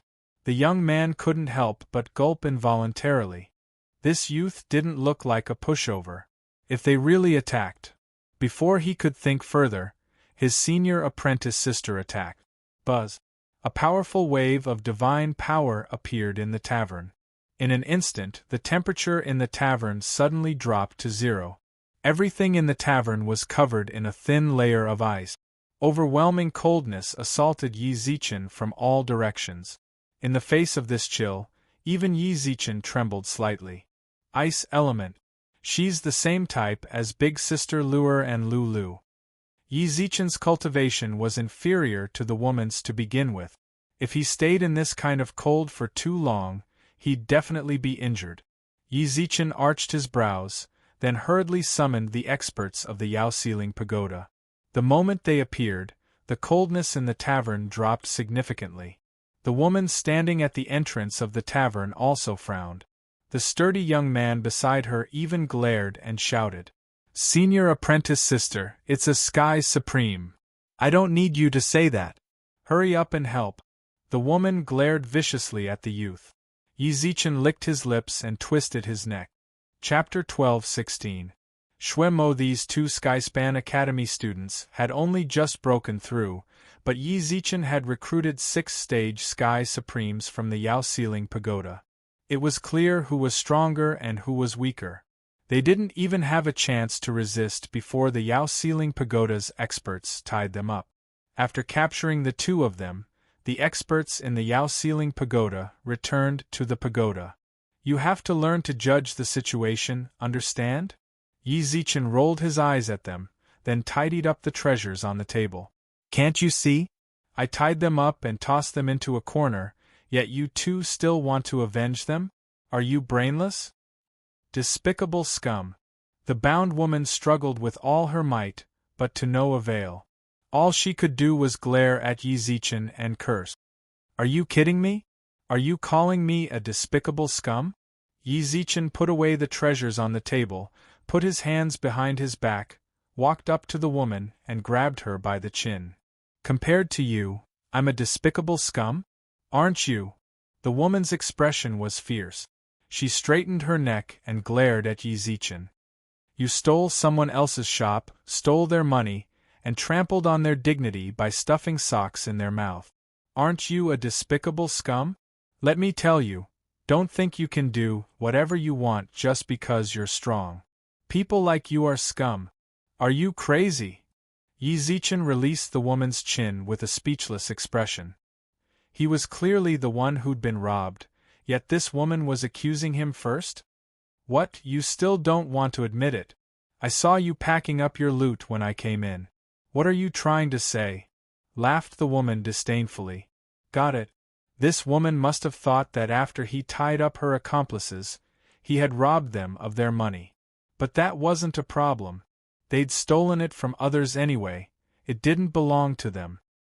He shrugged his shoulders in an indifferent manner. Since she already thought that way, then he might as well do it. Furthermore, a Sky Supreme expert would probably have some valuable treasures in their hands. Yi Zichen licked his lips, then reached into the woman's robes. Don't overthink it. He wasn't trying to take advantage of her. Absolutely not. What are you trying to do? When the woman saw Yi Zichen's actions, her eyes flashed with fear. What? What do you think I can do? Yi Zichen purposefully put on a lecherous expression, while the fingers of his right hand continuously moved forward. You'd best stop. If you dare do anything to me, my master won't let you get away with it. Skyspan Academy won't let you get away with it. But due to her nervousness, the woman's voice became especially shrill. She closed her eyes and screamed, causing Yi Zichen to stop as well. Skyspan Academy? Didn't she just mention Skyspan Academy? What did you just say? Yi Zichen composed himself and spoke.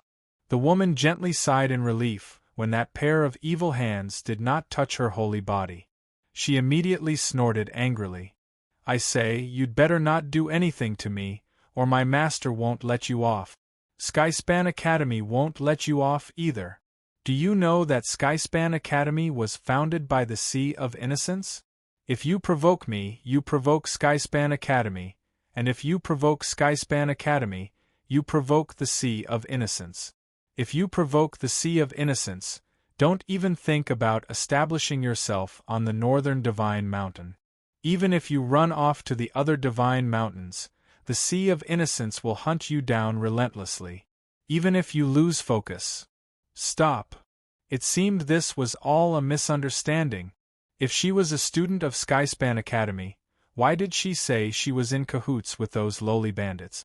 Could it be that the bandits were also students of Skyspan Academy? If that was the case, then no matter what, he wouldn't go to Skyspan Academy. No matter what, Yi Zichen was now certain that this woman was a lunatic. She was just a student of Skyspan Academy. Did she really think she was some big shot? She even brought up the Sea of Innocence and the Northern Divine Mountain. She really did overestimate her own worth. Scared? If you're scared, then hurry up and let me go, shouted the woman viciously. I can untie you, but before I do that, I need to confirm a few things with you.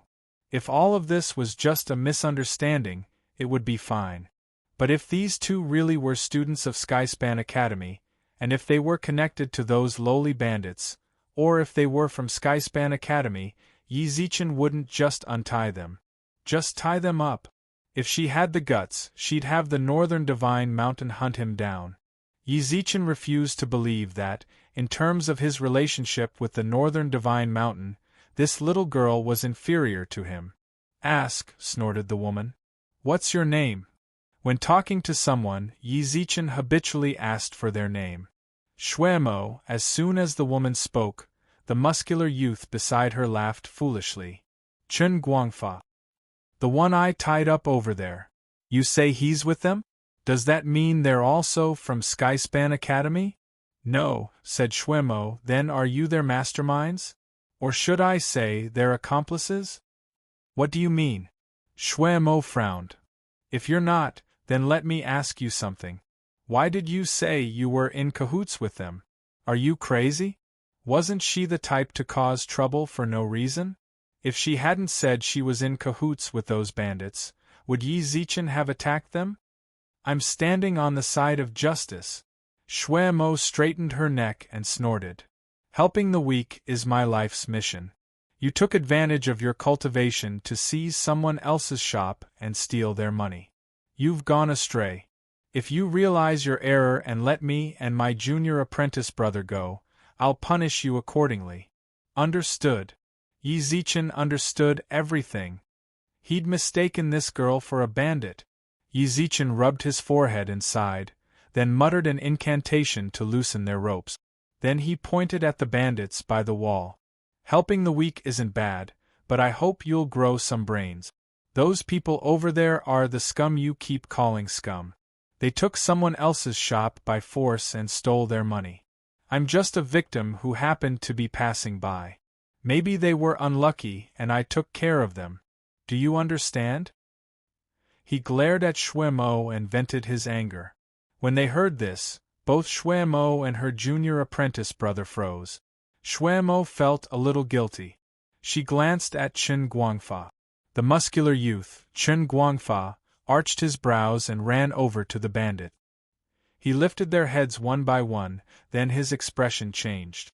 He ran over to Shuemo's side, lowered his voice, and said, "What are you doing?" Chapter 12:17. The Lost Crystal Card. Shuemo put her hands on her hips and stared icily at Chun Guangfa. When Chun Guangfa whispered in her ear, her eyes visibly widened. She turned and looked at Chun Guangfa. When she saw his expression, she frowned and walked to a corner. Senior apprentice sister, look. Behind Shuemo, Chun Guangfa revealed his bald head and said softly, "Don't worry. This is the target of our academy's high-level mission, Li Cheng." He's a fourth-stage Sky Supreme with over 20 subordinates. Although he's not a member of the bandits' gang, he's still a relatively famous bandit. If I'm not mistaken, the others he's tied up are probably his accomplices. Chen Guangfa spoke carefully, then licked his lip. We really did make a mistake. Instantly, the tavern fell so silent that even the drop of a pin could be heard. Xuemo rubbed her lips uncomfortably. Her clear eyes brimmed with indescribable awkwardness. Chen Guangfa didn't need to tell her. She knew they'd made a mistake. Li Qing had been on the Academy's mission board for almost a year now. How could she possibly not recognize him? When she thought back to what the person who'd asked her to do, it really had been a group of people who'd taken over the tavern, not just one person. It was all her fault for running into him just now. He just happened to be tidying up the treasures on the table, so she'd subconsciously mistaken him for a bandit. Of course, Xuemo wasn't the type to take responsibility for her mistakes. Now that she knew she'd wronged him, she immediately put on an apologetic expression and bowed deeply. I'm sorry I missed you. This person is on our Skyspan Academy's bounty. Since you took care of him, why don't you come with me back to the Academy to receive your reward? When the time comes, I'll play host and apologize to you. With that, she deliberately put on a gentle smile and nodded at Yi Zichen. You're crazy. Yi Zichen rolled his eyes viciously, then turned and left the tavern. Xuemo froze in place, as if she'd been petrified. She watched helplessly as Yi Zichen left. After a while, she came to her senses and flung her arms. The temperature in the tavern suddenly dropped, and the biting cold wind mixed with ice and snow wreaked havoc. Beside him, Chen Guangfa did not even dare to breathe loudly.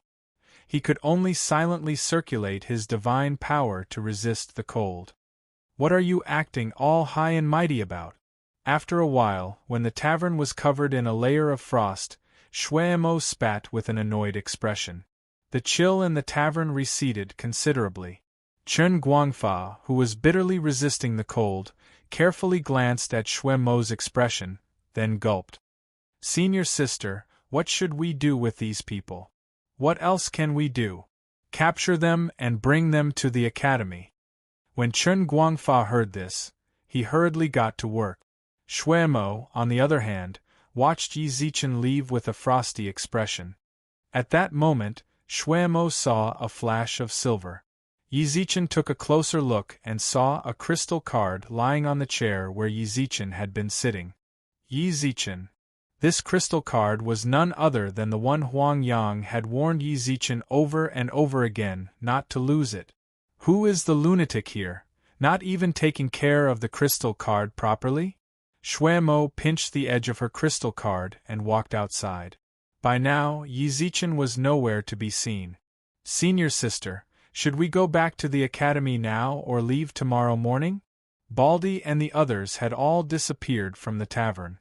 If there were no surprises, they should have been kept into Chen Guangfa's spatial divine tool.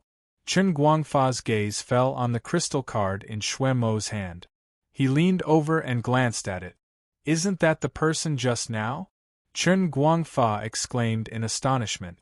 The importance of a crystal card in the Divine Mountain was second only to the person's life. If he lost it, he would have no way of establishing himself in the God realm. But not long after, Chen Guangfa shouted again. Senior apprentice sister, look at the date he arrived at the Divine Mountain. Xuemo was still trying to figure out what to do with the crystal card. When she heard Chen Guangfa's shout, she glanced at it again. Not long after, she froze. She stared at the date and confirmed it several times. The date is today. To be precise, it should be yesterday. It has already passed Lingchen, Chen Guangfa said. Silence. How was that possible?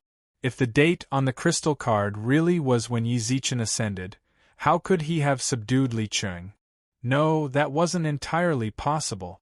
When she'd fought Yi Zichen, several peerless experts had suddenly appeared in the tavern. It was entirely possible that he was a descendant of some great family clan, and those experts had been protecting him from the shadows. When Li Qing wanted to do something bad to him, those experts appeared and suppressed him. But if he was someone from the Divine Mountains, then the crystal card shouldn't have been yesterday. It should have been given to him the moment he was born. But if he were an ascender, there shouldn't be experts protecting him, right? Shui Mo felt like her brain had run out of steam. No matter how she thought about it, she couldn't come up with a logical explanation for the expert's appearance or the date on the crystal card. Senior apprentice sister? Chen Guangfa interrupted her train of thought. What did you just say? Shui Mo suppressed her confusion and said, I said. What should we do now? I said. What should we do now? Should we wait here for him to return, or should we just go back to the academy? Of course we should wait here. If he loses his crystal card, how can he establish himself on the Divine Mountains? But the academy only gave us 3 days off, and in a few days it'll be time for new students. Don't forget. You made a bet with Sun Jialing this time. As she said this, Shui Mo's eyes flashed with hesitation. Sun Jialing was in the same batch as her, but Sun Jialing opposed her in every way.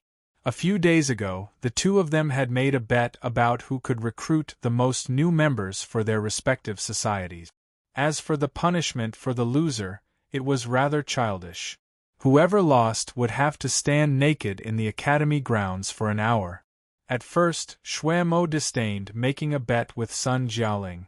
After all, no matter what, her society's chances of winning were lower than Sun Jialing's. But that woman had pushed her too far, forcing her into a corner. In the end, she agreed. Of course, whether it was because of her pride or because of the punishment, she had to win. By now, there were already ascenders hurrying to Skyspan City. Quite a few student societies were mobilizing new students. For Shui Mo, who had made a bet, this period of time was especially important. But when she thought about the crystal card in her hand. Chapter 12:18. School opening. Skyspan City's original name was Blue Sea City, and it was surrounded by water. However, 10,000 years ago, the Skyspan Trading Company was located there, and the city's name was changed to Skyspan City. The meaning was simple: Skyspan. The Northern Divine Mountains Skyspan Academy was actually a subsidiary of the Skyspan Trading Company. Their teachers and funds were all provided by the trading company. Apparently, the Sea of Innocence provided a portion as well, but based on the name of the academy, it was obvious that the Skyspan Trading Company was taking the lion's share. Anyone from the Northern Divine Mountain would suspect the Skyspan Trading Company's background. Some said that the Sea of Innocence was backing them from the shadows, while others held the opposite opinion. As for the Skyspan Trading Company's true identity, perhaps only those at the very top of the God realm knew the truth. Skyspan Academy was officially established by the Sea of Innocence. It was located in the northern part of Skyspan City, taking up nearly a tenth of the city. It was the first and only academy on the Northern Divine Mountain, and also the only one dedicated to teaching students the Tao and dispelling doubts. The academy's goal was to help newcomers ascend to the Divine Mountains, as well as newly ascended children who'd been living on the Divine Mountains for a long time, learn systematically and plan for the future. Compulsory education lasted 5 years. If you wanted to continue your studies after 5 years, you could apply. Once the academy approved, you'd also have to pay 3,000 aureus per year to continue your studies. Of course, 3,000 aureus seemed like a hefty sum. But as long as you studied hard and completed the missions the academy assigned you, you could earn 3,000 aureus per year as an Earth Supreme. Furthermore, the academy had a bounty list of missions. Completing missions earned you points, which you could use to exchange for money or treasures. Skyspan Academy recruited students once every 100 years, and there weren't many restrictions. As long as you weren't a diviner, you could apply. Even if you were expelled, you could reapply the next time. As a result, large numbers of Earth Supremes, and even Sky Supremes, rushed to the academy every year. Currently, Skyspan Academy was in the middle of a fervent recruitment drive. TCH, there sure are a lot of people here. The city at the foot of the Divine Mountains was large enough to house over 10 million people, but compared to the cities on the Divine Mountains, it was tiny. Skyspan Academy took up nearly a tenth of Skyspan City, but even so, the registration area was packed with people. From time to time, arguments would break out and fights would break out. Just now, Yi Zichen had personally seen a few people start fighting over registration. Fortunately, Skyspan Academy's people had appeared to intimidate them, and they'd all calmed down. How did I manage to slip in here without rhyme or reason? Yi Zichen, who stood outside the crowd, couldn't help but scratch his head. He had noticed the loss of his crystal card a few days ago. The first thing he thought of was where he might have lost it.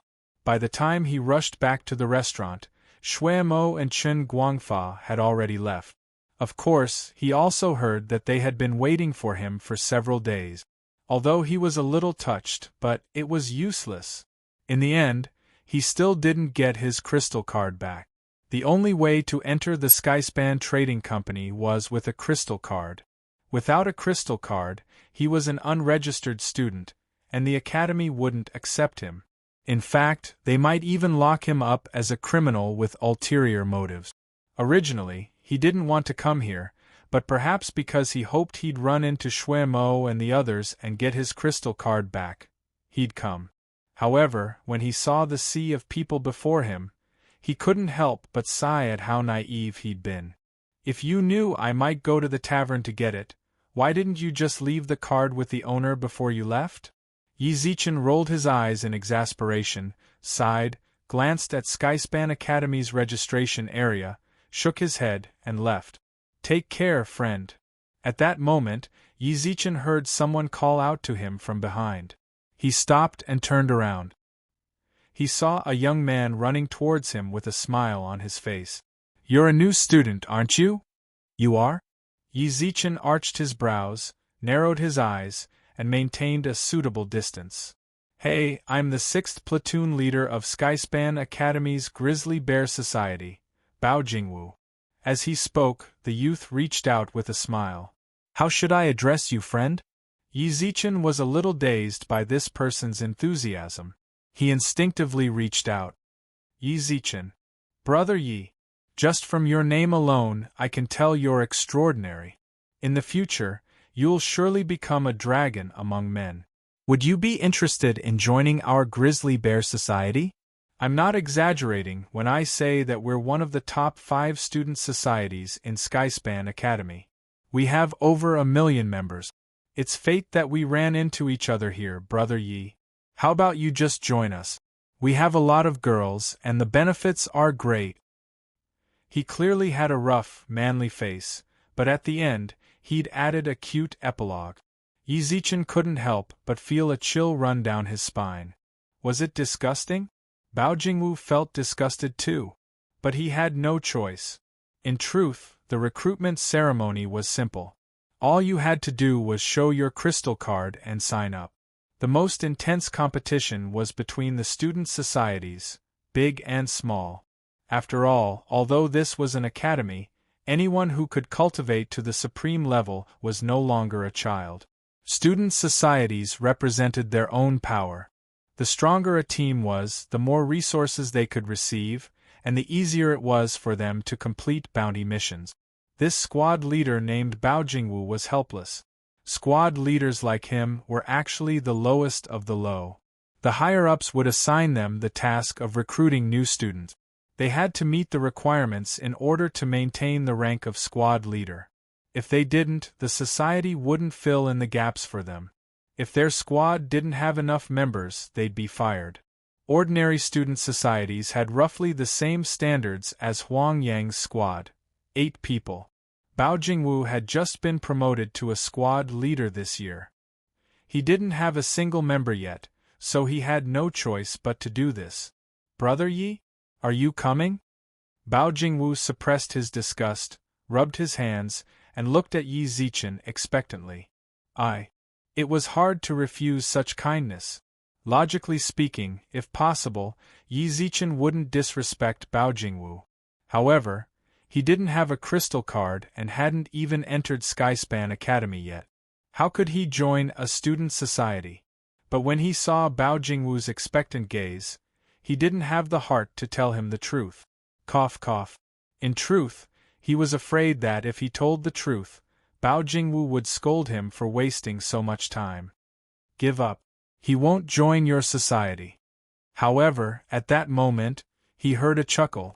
Then Yi Zichen saw Shuemo, Chen Guangfa, and a tall, slender, and extremely beautiful woman walk over as well. Chapter 12:19. An enraged Shuemo. In such a noisy environment, Shuemo's voice wasn't particularly conspicuous. However, for some inexplicable reason, everyone at the registration counter subconsciously cleared a path for her. Bao Jingwu, who'd been trying to entice Yi Zichen this whole time, gulped. Brother Yi, I'm sorry. I didn't know you knew senior sister Shui, said Bao Jingwu with an apologetic smile, then took a few steps back. Bao Jingwu, Shuemo isn't a member of the Grizzly Bears. Why are you so afraid of her? At that moment, the bewitching woman who'd come with Shuemo frowned. Bao Jingwu, who'd retreated far away, looked at the woman with even greater fear. Platoon leader Sunday, platoon leader? This woman was the platoon leader of the Grizzly Bears? Why did such a beautiful woman have a name like Grizzly Bears? Right. Bao Jingwu had introduced himself as the leader of the 6th platoon. It seemed that this woman wasn't the true boss of the Grizzly Bears. However, for her to become platoon leader, she was no ordinary person. Platoon leader Sun glared viciously at Bao Jingwu, then crossed her arms and said to Shuemo, "This little brother is obviously a member of the Grizzly Bears.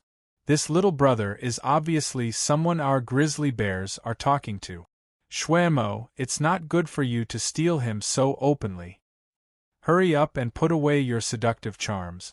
Save them for Pangjing," sneered Shuemo. "What did you say? Sun Jialing, don't you know why you became platoon leader of the 6th platoon?" Shuemo glanced coolly at the woman, then laughed evilly. "I heard you accompanied him for 2 months. Do you really think it's worth it to trade 2 months for a platoon leader?" As soon as she said this, Shuemo's eyes brimmed with regret. Everyone in Skyspan Academy knew there was a grudge between Sun Jialing and Shuemo. As a result, their appearance at the same time attracted quite a bit of attention. Shuemo hadn't bothered to hide her words. So long as one wasn't deaf, practically everyone heard what she'd just said. The rumors are true? Did Sun Jialing really sleep with Pangjing for 2 months? I knew it was true a long time ago. Since news spread, it couldn't possibly be baseless. Now that senior sister Shui has personally said it, it can't be false. The other commanders of the Grizzly Bear Society are all 7th stage Sky Sovereigns and above. Only Sun Jialing hasn't been here for very long, and she's only an Earth Supreme. Yet she's a commander. Who doesn't know what's going on? The students around them whispered amongst themselves. When Sun Jialing heard the gossip, her face flushed red with anger. She pointed a finger at Shuemo, but Shuemo didn't seem to care. She just stared at her. "Don't talk nonsense. Don't you know whether I'm talking nonsense or not?" Regardless of whether this was true or not, Shuemo had already won in terms of momentum. Shuemo rolled her eyes at the woman in an unfriendly manner and said, "Don't worry. As for your accusation that I stole your people, that's even more ridiculous. I've known this person for a long time. Half a month ago, he agreed to join anti-upheaval. Understand?" The smell of gunpowder was a little strong. Yi Zichen, who was right in the middle of the battle, was terrified the two women's battle would affect him. He glanced at Shuemo, only to discover that she was looking right back at him. "I knew you'd come here." When her eyes met Yi Zichen's, Shuemo smiled. "I circled the area several times just to look for you. Don't waste time with those Grizzly Bear Society bastards. We agreed to join them half a month ago, didn't we?" Did we?" Yi Zichen said bluntly. The only time they'd met was in the tavern, and it wasn't a particularly pleasant memory. No matter how hard he thought about it, he couldn't remember ever discussing such things. Shui Mo's expression instantly changed. Was this guy an idiot? She really wanted to shout at him. Sun Jialing, who'd just been humiliated by Shui Mo, smiled seductively and shook her head. You've been exposed for your lies, haven't you? No one will believe a liar like you, no matter what you say. Sun Jialing said this in order to lessen the impact of Shui Mo's words. Sun Jialing smiled charmingly, then walked up to Yi Zichen. Join our society. Don't be fooled by anti-upheaval's status as one of the top 5 societies, but that's all in the past. There's no way they can compare to our grizzly bear society. Our society has access to the best resources in the entire academy. You'll only be able to develop better if you join us. Don't hesitate. Just look at them. Even the society president has to personally recruit new students. How strong can their society possibly be? In a few months, I'm afraid they won't even make it into the top 100. Also, let me tell you a little gossip. Do you know why the once famous anti-upheaval society has fallen so far? Shut up. Suddenly, Shui Mo's expression darkened. A biting cold wind howled through the air. Sun Jialing glanced over her shoulder playfully, and a faint red light appeared around her. They're all dead. Nearly 1 million of our society members died. Less than 100 of them are still alive. Even the higher-ups of the Sea of Innocence got involved. If she hadn't let her emotions get the better of her, Anti-Upheaval Society president and members wouldn't have died. What a pity. 1 million lives were lost, all because of her. It's strange, though. She committed such a grave crime, yet Skyspan Academy still kept her around. She even inherited Anti-Upheaval's position. You say I slept with her to get my position, but how did our society president manage to stay in Skyspan Academy after all that happened? Everyone fell silent. This really was a big deal for Skyspan Academy. Back then, Anti-Upheaval had lost nearly 1 million Supreme-level experts, as well as over 100,000 Sky Supremes.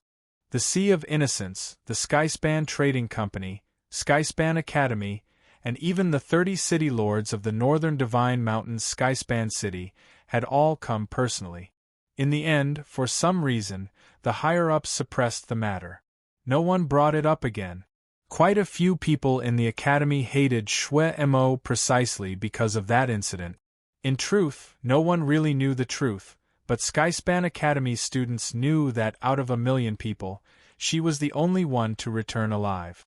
On her way back, she'd cried and complained that it was all her fault. Everyone couldn't help but think she was the cause of everything. You won't shut up? A plum blossom mark suddenly appeared on Shui Mo's forehead, her eyes bloodshot. A long sword wreathed in ice and snow emerged from the mark. As soon as the sword appeared, it froze everything within 10,000 miles. In front of the entrance to the registration office, it was as if several snow demons had appeared in the surroundings. The snowstorm slapped against the lapels of everyone's clothes. Shui Mo raised her hand and gripped the hilt of her sword. Senior apprentice sister. Off to the side, Chun Guangfa's eyes widened.